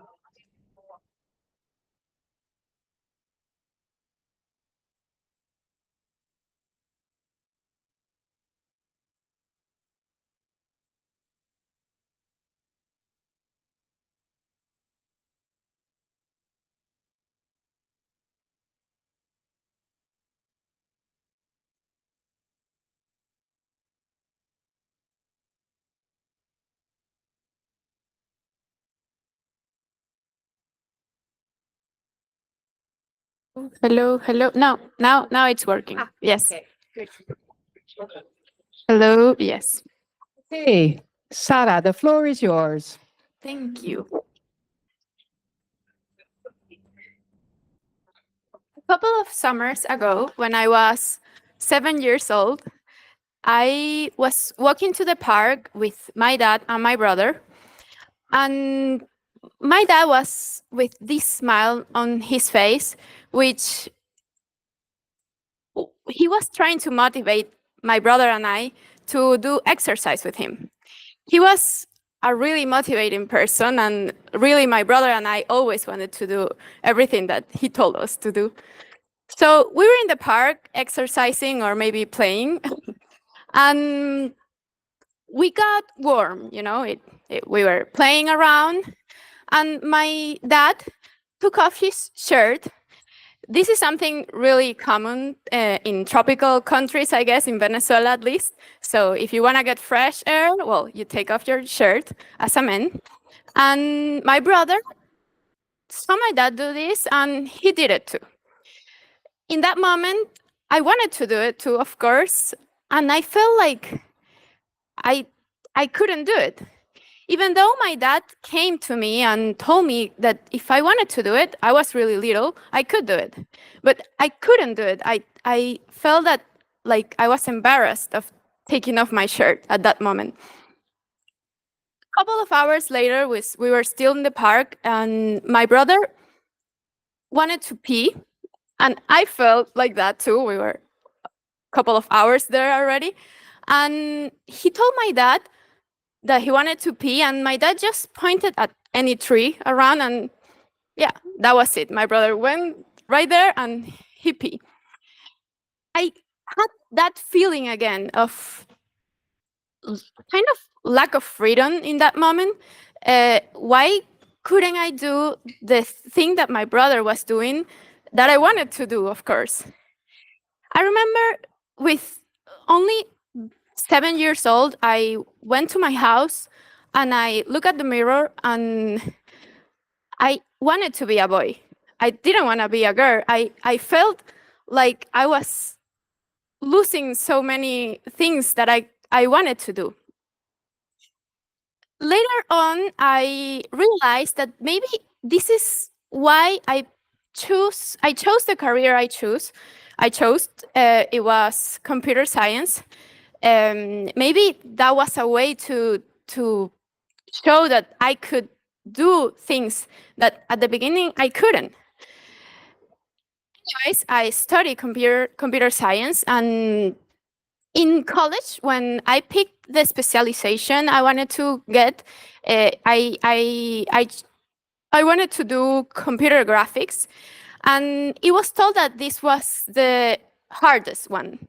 So I remember friends or colleagues telling me that, wow, how come you study computer graphics? It's so common that women pick other easiest specializations and not that one. At the moment, I can tell you that I felt proud of myself. And I was like, oh yeah, great, finally I have this power or that I wanted to have. Then later, I know that that wasn't everything I was feeling. I actually was feeling like maybe I wasn't good enough to be there. Maybe I wasn't going to be able to finish up that career. And probably many women happen to not even try to do this because they felt like they couldn't do it. Well, let's change the subject a little bit. Do you like playing games, video games? Anyone? Yes? Kind of? Not that kind of people here? Well, okay, but probably some games, maybe ever. Do you at least know maybe Candy Crush? It's a really popular game, yes? Okay, that's a mobile phone. No, you don't know. Okay, it's fine. It's a puzzle game that's from mobile. You can play it really easy to play. It's from King, actually, the company that it's in this building. Maybe you know FIFA, please? Yes. Well, we at least heard of that. Okay, that's a game of soccer, simulation of soccer. We all know maybe. And let's see, Super Mario. Okay, then you know about games. Okay, well, there are many games, but what it have is that there are a group of people that, with all their effort, make them. And there are artists, there are designers, there are developers that apply math and physics to make it possible. There are musicians, there are many people, and I'm so glad to be a part of these people that make games. But how did I get there? Going back to college when I was studying, I was in that part that you have to choose what thesis you want to do. And I wanted to do a video game because I want my career to go that way. So in that moment, I did my first video game. It was a panda, infinite round panda like Super Mario that you said you know. It was a police officer following the panda and he was losing lives. That was my first game. And yes, this game gave me the opportunity to get my first job in AAA video games with Electronic Arts. I spent 3 years working doing NHL, which is like FIFA, but from ice hockey. The same thing, it's the league of ice hockey. And I did NHL 20, 21, and 22. Then I started in the job that I have right now, which is with Nimble Giant company. We did last year. We released this game. It's a strategy game. The name is Star Trek Infinite. It's based on Star Trek. We work with Paramount because they have the rights of Star Trek. And I think the greatest feeling that we have, it's when you see your name in the credits. Probably nobody see that, of course, but we do, or I do. And it's because you feel like in Electronic Arts, I played a lot The Sims. I don't know if you know The Sims, okay? I really play it a lot. And I played FIFA too with my cousins, my brother. And then having the opportunity to know that you are developing a game that it makes people feel like I felt in that moment when I was playing it. It's so great to have that feeling. It makes connections, it makes you motivated, so it's nice to feel that way. Well, we can all be a developer if we want. It's not something that only do the brightest people in the world. Actually, we can Google everything, and it's right there. You have to take your time. If you want to develop a game without knowing anything, there are many tutorials that you can follow up and you can do a game. You can even be part of game jams, even with a little bit of knowledge, and that could be your own portfolio. And companies are not really asking for people to have a degree or something so big to employ them. They ask for experience that you can have it from your own. So yes, we really can all do it. I think that one thing that it's good from this career too is that in these moments of economics that are, you know, not being so nice to people, it's one of the careers that are really being like less damaged. You can see in the companies that are the last people that maybe they have to lay off or something, can be a programmer or developer. And that's something that is good too. And being a woman, it's good too, because right now they're trying to balance, and they need to have women in their teams. It's not balanced at all, but they try to do that. And talking about balance, it's a fact that in all my experience, I really didn't. I worked with many men, like many. Actually, in my first job, we were 50 people in the office, and we were 5 women.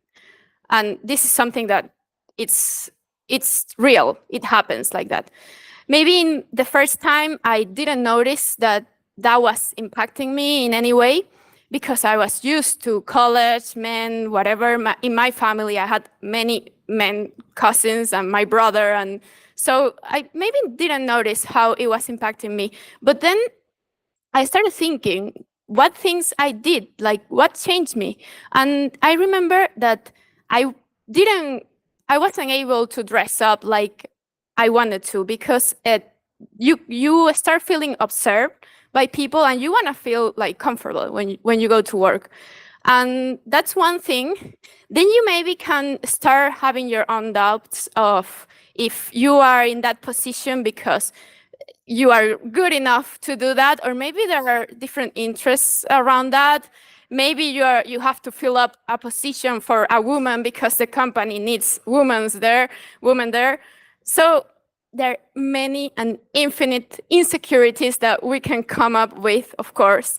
And that's woman life. It's not something that maybe not really your daily life shows you to feel that way, but all the life you have been through makes you feel that way. But something that it's a fact, it's that we choose what is surrounding us. You choose your workspace, your work environment. It's not something that you can change it. I mean, it's not easy, but as well as you change maybe a friend that it's not that good, or maybe your partner, it's not what you want, it's hard to change it, but you can change your job too. And we have to do it. We have to make those decisions.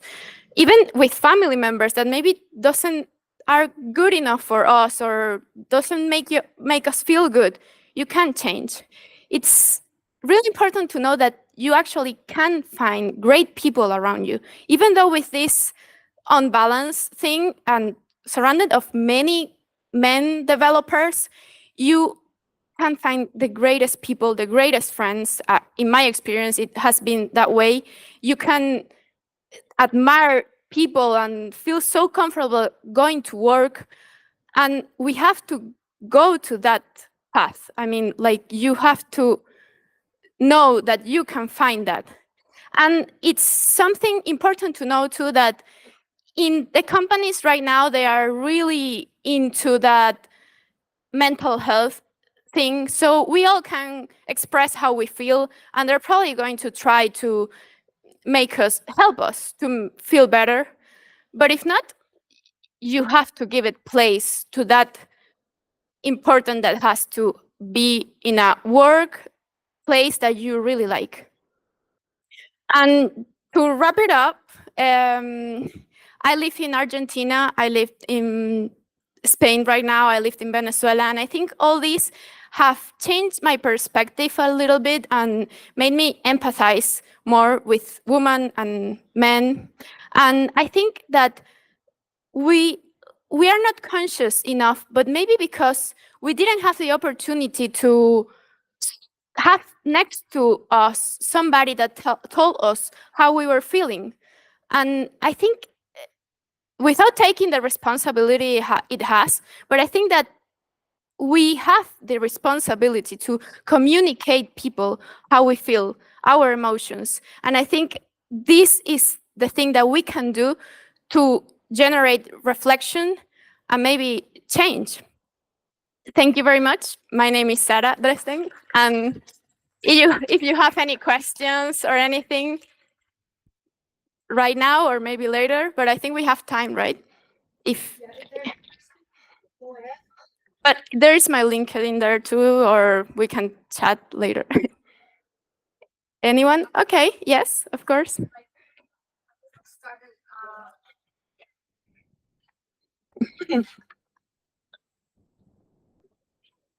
So, when you joined your first company, like, did you start developing a game? Like, were you added to a team, or Yes. did you just, yeah, Yes, like I was. immediately?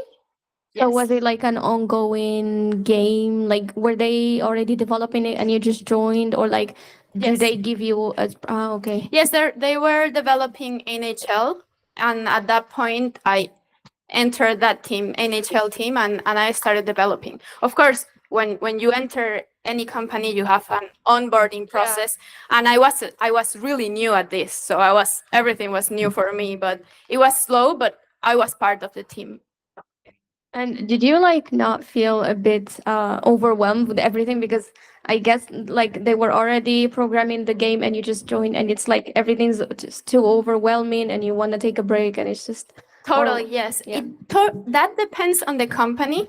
I think in that moment I was really lucky because they had that process of onboarding really well done. So you have your time, you have people helping you a lot.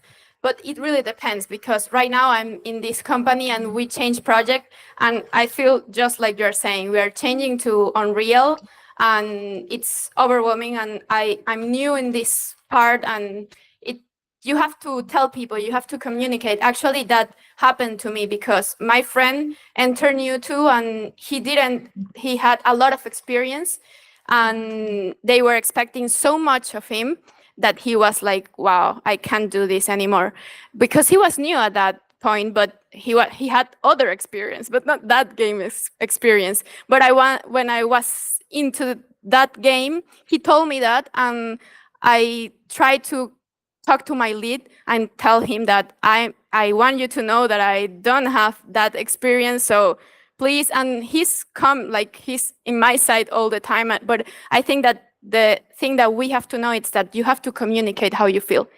People are not expecting you to be the best they ever imagine. They are expecting you to be clear to them and tell them what's going on with you. If you can't do something, you have to tell them, like, well, I can't do it. I tried and I can't. Okay, that's good. But if you don't tell anyone, then they can say like, okay, but you're not working at all. But yes, you're welcome. Anyone else? Yes. That's a tough one to watch. Oh. Okay. It's like not a phenomenal question. What was the video game that just like you looked at and you were like, I wonder if I can do this? Well, right now I think I didn't choose any video games that I've been working with. I mean, I was like, oh, video games, perfect. I work for it. Right now, I'm in this project, which is a shooter, and it's been really challenging. And I think that of all the feelings I've been having making games, this is the feeling I like better, a shooter. But it's totally personal. That I know friends that love strategy games and are like, shooter, I hate that. So Very cool. Thank you. thank you. Any other question? Okay, right there.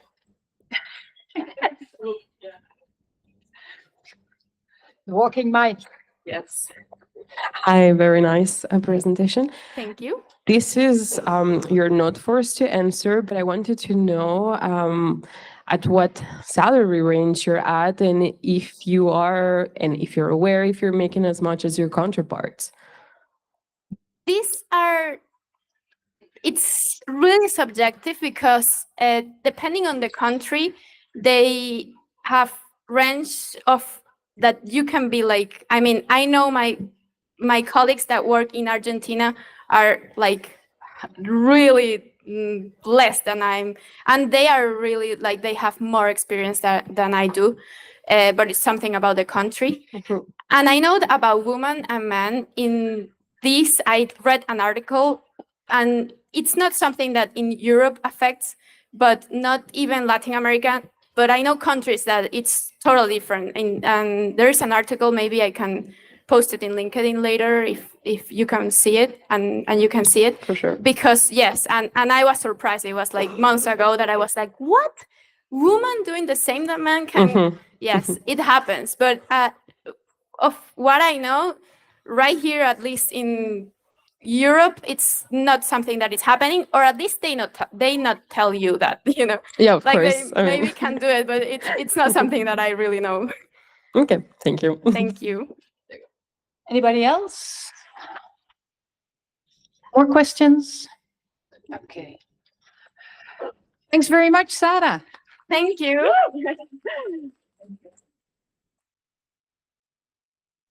You have the floor now.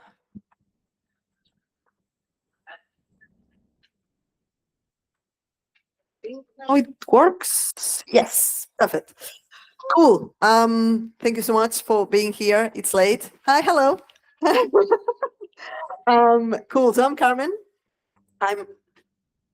We're on that. Okay. Sorry. I thought like, I don't know, some sort of magic. So I'm Carmen. I'm manager of the data analytics and data science team at Typeform. I'm going to explain. I'm trying to be brief. I promise. My story, and then I can deep into a little bit. What does it mean to be a data scientist? What does it mean? This whole fuzzy big words about machine learning, artificial intelligence, generative AI, LLMs, ChatGPT, this sort of thing. And then I will talk briefly.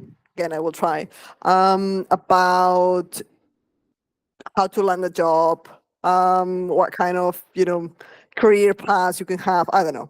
We can open the room for questions. So, how do I get here today? So when I was a kid, I wanted to understand the why of the things. So I decided I'm going to study physics. And as a woman, I didn't realize that at the time, of course, but all my family were like, honey, are you sure? That's a very difficult subject, isn't it? I was like, yeah.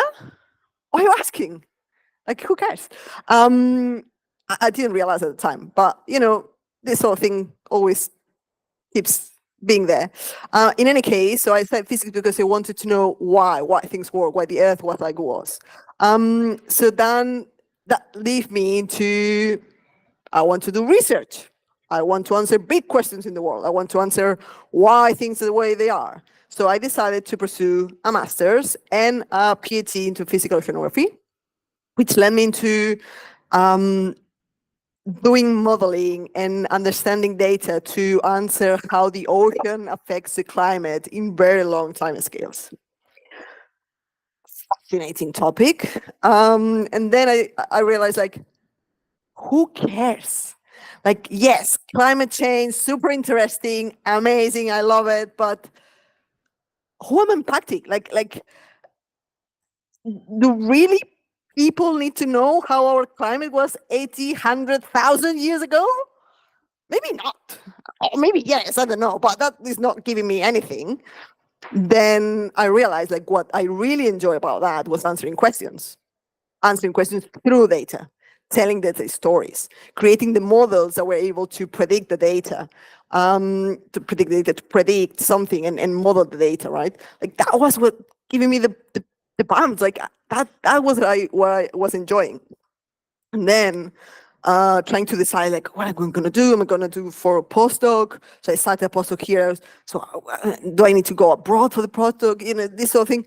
And And then somebody told me, like, have you thought about data science? And I was like, what is that? It's a very long time ago, let me tell you. I'm older than you look.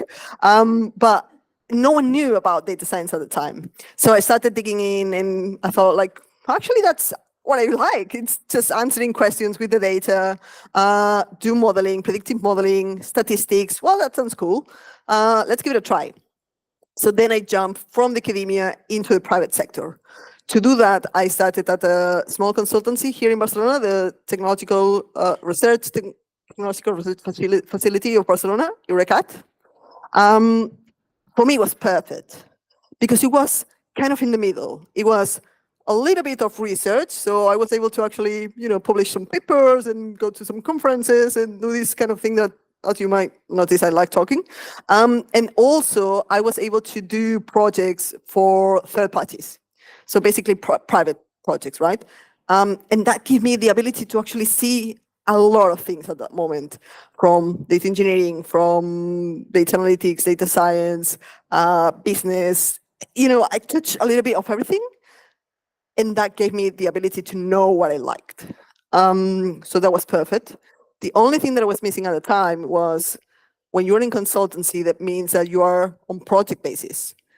3 months here, 3 months on another completely different company, 3 other months doing a project for, I don't know, whatever.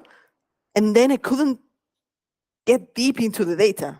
To actually be able to work on data science, you need to understand the data, you need to understand the business, you need to understand the sector that you're working on to actually be able to get the information. And I couldn't. So I thought, okay, perfect. Now I know that I like this. And I also want to work on a company that it's only one company. So I can dig deep into the knowledge of that company. So from there, I was there for a few years, and I jumped into Mango, one of the biggest retailers in the world. It was a fascinating time, very intense, let me tell you. Retail, it's, quite an intense sector. But there I developed one of the most challenging projects, I'm going to say, of my life. It was to optimize prices during clearance sales around the world for all Mango shops. So it was a very big project because it was big data. On optimization of prices, it's a very complicated model. We didn't have any data infrastructure for big data at the time, so I had to, contribute to build everything from scratch. It was a very difficult project, but it was great. It was absolutely great. So I learned a lot, and at some point I was like, it's COVID time. I cannot stand it anymore. I'm sorry. I'm about to burn down. So just bye. See ya. And then I joined a small company that they were dealing with. They distributed video content. They got like a range of 7 websites distributing different video content. And at the time I was like, okay, cool. I can optimize a lot of things here. I can build a recommender. I can, build a lot of stuff. The maturity of the company was not really there. So what happened is that I did some data science stuff, but I also did a lot of other things. Data engineering, ETL, building and modeling databases. So I actually had to touch a lot of other things. What I'm going to say is, being a data science doesn't mean that you're only going to do data science in your life. Being a data analyst doesn't mean that you don't have to know anything else apart from build a dashboard. That's nothing sort of.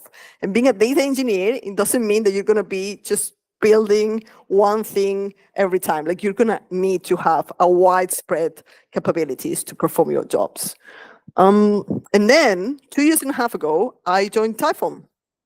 The reason that I joined Typeform, well, I can talk a lot about that, but I'm not going to be there.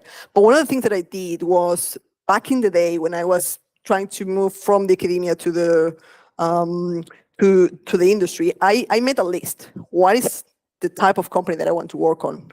And Typeform was on that list. Was actually at the top of the list. So at some point I was around when there was an opening. I was looking around. I was trying to connect with people. I was, building the network. When the time came, it was like, now it's the time. Now I'm getting in. And I got in. It was fantastic. It was a boost of energy. I started as an individual contributor, and then a few months later, I jumped into managing a small team, machine learning engineering team. And from there to managing the data science division and to managing the data analytics division as well. So it has been a really very short time, a lot of, growth. For many reasons, a lot of restructuring and a lot of things, but also because I fight for it. I've been proactive, I've given visibility, I've put myself out there, and I work hard for that. With that story, there's two things that I want to say about that.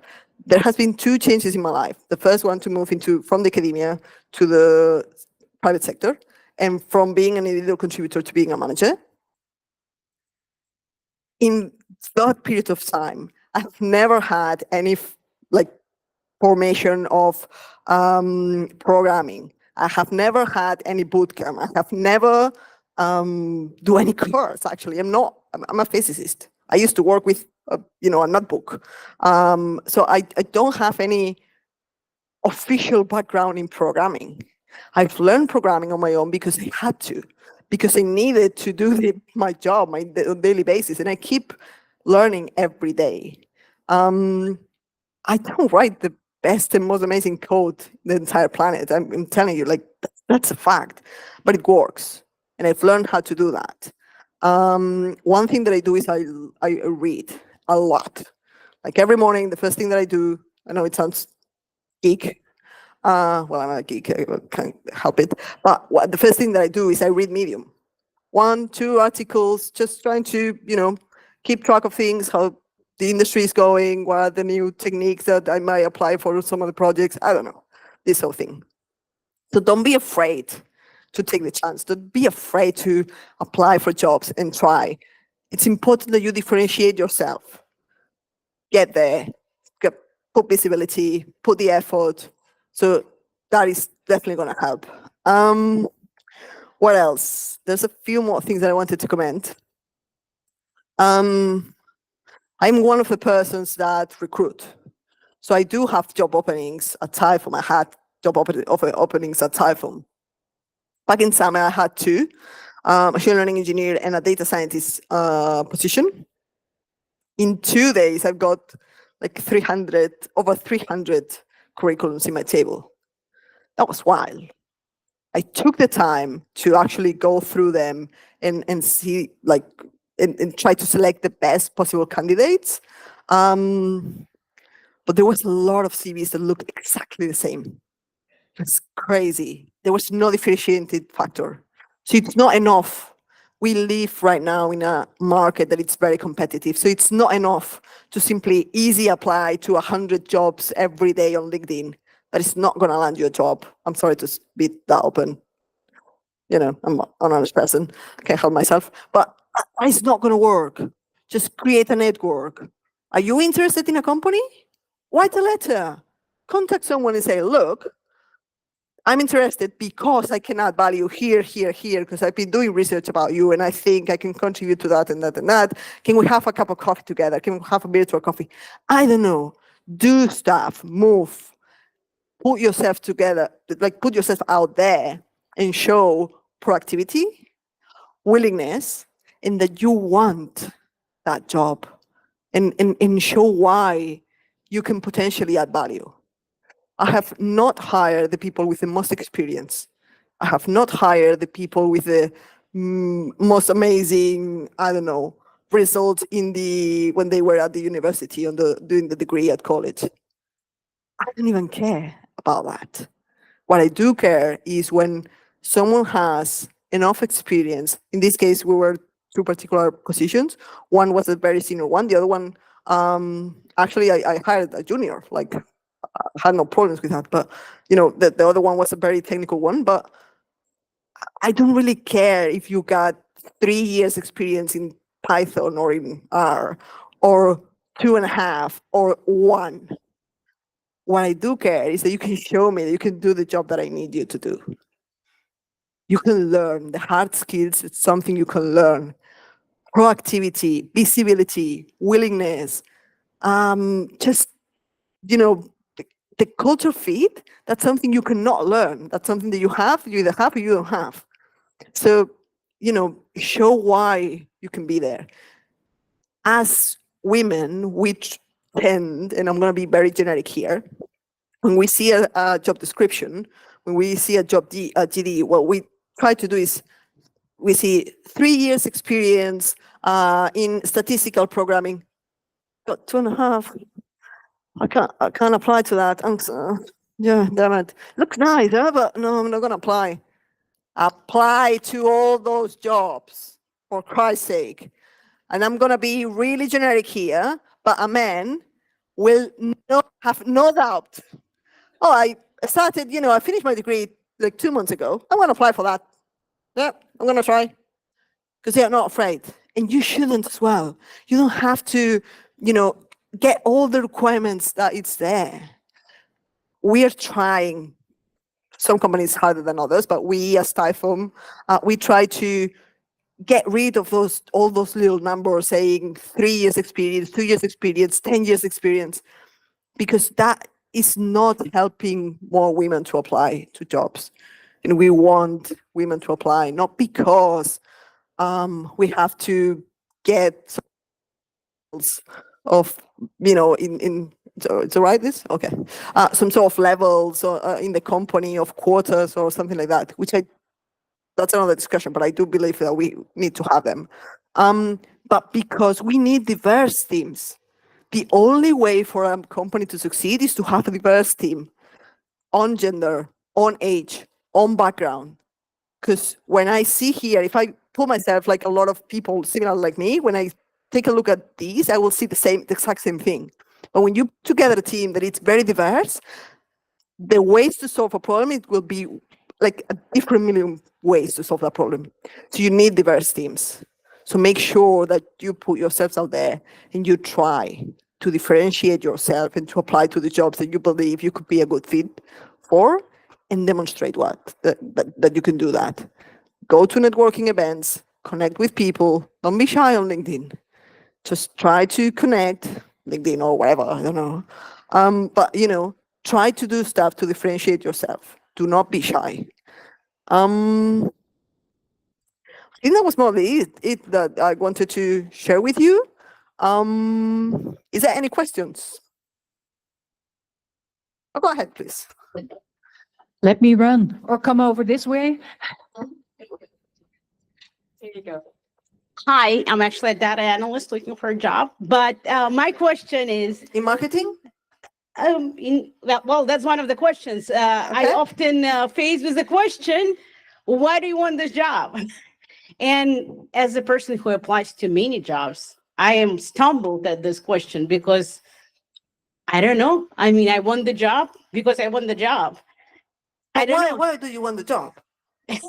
Exactly, because I think many times, I don't think this question comes to my mind. Why? I mean, I want a job because I want to make living. Okay, you want to eat. That's an Yeah. answer. That's an answer already. Yeah, but I don't know. Is it something you would accept as an answer? When you have to look like you're a different person than you are, then maybe that job is not for you. Mhm. I mean, Sometimes. because you said reach out, and I do sometimes, but I feel like every time I have to make up a story. I don't think it's actually really, my story about why I'm reaching out. I mean, the end goal, I need a job. That's actually a really good one. Mhm. Story that I told at the beginning of my career, that's my story. That's what I like that's something that I've been practicing over years. I haven't been practicing for this one, let me tell you, because the Spanish one was completely different than this one. But, it's the story that I told. Make your own story. But that story needs to be true to you.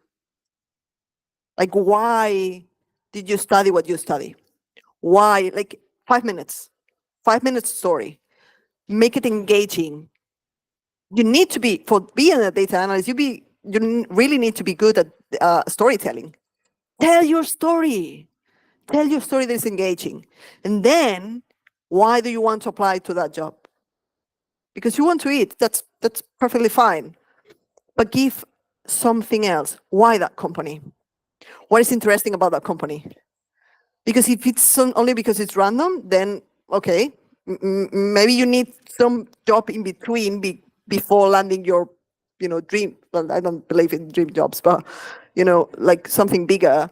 A company is an investment. You are making an investment on the company, and the company is making an investment on you. The things that you are investing on the company is your time, your effort, and your knowledge. We spend more time working than we do with our families. So it's a huge investment, huge one. And the company is investing in you. They are paying you money because we all need to eat, right? Like I like to pay my bills and this sort of thing, But I'm getting personal connections, professional growth. I'm getting more knowledge. I have learned more in the last 6 months than I have in probably my entire career. So you're always getting something. The moment that that's unbalanced, maybe it's not the right company for you at that time. Maybe you need to look for something else. And I'm not saying that it's easy to land a new job, but it's not impossible. Make connections, go to talks, talk to people, and make your own story and make it appealing. And ask for help if you need it. Like there's a lot of recruitment firms, there's a lot of ways that you can try to, get yourself into something. And maybe it's something in between. Maybe there's something small that you can start on and then you can jump in. 2 years. 2 years is the average amount of time that someone in the tech sector spends on one company. Every 2 years, you change. Yeah, anytime. It took a little More bit of time to answer, questions. sorry.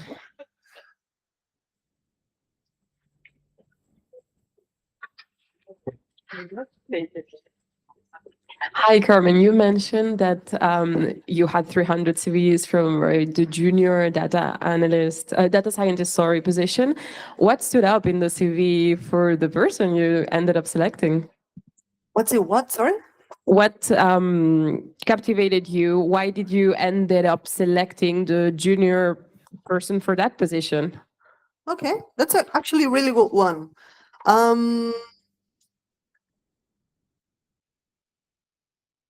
All the CVs visually look the same to me. It was very hard to know if that was a person or a bot, or it was like all copies, like this sort of Word format, black and white, with one line at top, profile, a little bit of bio. It was like, this is like ChatGPT sending me stuff, or what is this?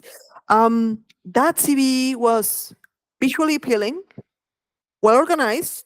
So when I was like going through them, it was like, oh, hold on a second. It was short. It was a kind of short that gave me an overview of what that person was working on or had worked on, but it wasn't into too much detail. So I wanted to know more. And also it was female. So that was also something. Yeah. Yeah, thanks to that. But I'm not gonna lie, like I want, I try to get the non-biased team, so I am biased to not being not biased. So, I can't help myself. Sorry. Yes, Petra. Just a follow-up question on this. Do you suggest having a picture on your CV or not? That's a very good one. I do not like to put my picture on it. I think it bias. It bias the person looking at the CV. I do feel like when you look at someone face on a picture, even without wanting to, you start making an idea of who that person is and how that person is. So no, I don't think that very much depends, right? On you, on the job, I don't know. But me personally, I don't like to add a picture to the CV, and I don't like to see pictures in the CV. I rather, do not have like any sort of, in general, I try not to take a look at the name or the bio part. At the beginning, it's like, I don't want to see it. Okay, that's right. And then if something catches my attention, then I see it. And then if I see if it matches, because as I say, we need diverse teams. Can't remember if I say it here or in the Spanish one, I'm sorry. But we need diverse teams. If we tend to surround ourselves to the similar people, like men tend to surround themselves from the same type of men, the same age, white men, blah, blah, blah. And we do the same. It's inevitable, right? So you need a diverse team to being able to solve a problem. You need a diverse team in gender, in ethnicity, in background, in age. Like, what is wrong with people that are in the 50s? There's nothing wrong. They got a ton of experience. But we tend to want to have young people, blah, blah, blah. I don't know. Have I actually answer your question? Okay, cheers. Any more questions? All the way in the back. Thanks. So, do you have some pros and cons on being a woman instead of a man in your current position? What do you mean by pros and cons? Like, what do you think being a woman helps you further in your current position versus what might take you back for the fact of being a woman or certain things related to being a woman? That's an excellent question. There's a lot of things in both areas. I think being a woman makes me the ability to empathize more, to understand people better, to care more as well. But holds me back in the sense that I'm a mom. I do have kids. So that means that I'm putting a lot of hours in my work, like easily over 50 hours a week, easily in that hour a week. That means that I'm losing a lot of time with my daughters. And that's something that it's always in the back of my mind. So when we measure performance in the way that we measure performance, I'm not performing as I could if I was a man. Because most likely, I will not care that much about my family. That's something that's really holding me back. I don't think it holds me back in the sense of not being able to speak on a meeting and so on. But is it true that I have surrounded myself all my life for men? Because in physics, there was very few women. The vast majority of my company is the same. So, I've grown up knowing, how to behave around men, and I don't care, to be honest. I pushing, anyways. But there's definitely different things that benefits me, and some things that really holds me back. Being aware of all of those has helped me to read better the situations, and putting effort into knowing myself has helped a lot to know why I behave the way that I behave, and what kind of behaviors I want to encourage more in the future, and what kind of behaviors I don't want to have. I used to be shy. I'm not going to be shy because I need to get visibility. The only way to progress on a company is to have visibility. Make sure that your boss, I'm not going to say boss, I don't like that word, your manager knows what you're working on. Make sure that the company knows what you're working on, and make sure that your peers know what you're working on. If you do these things, the next level, compensation increase, new, title, job title, whatever it is, it will come. So don't be shy. Is it like a answer? Okay, thanks, Anna. I think if we stop here, then maybe you have some more time for networking and finishing off the pizza. Thanks very much, Carmen. Yeah, cheers. Thanks. Love you. I feel like Britney Spears right now. I'm so glad that you talked about people in their 50s, that they still have a brain. It's nice. It's real.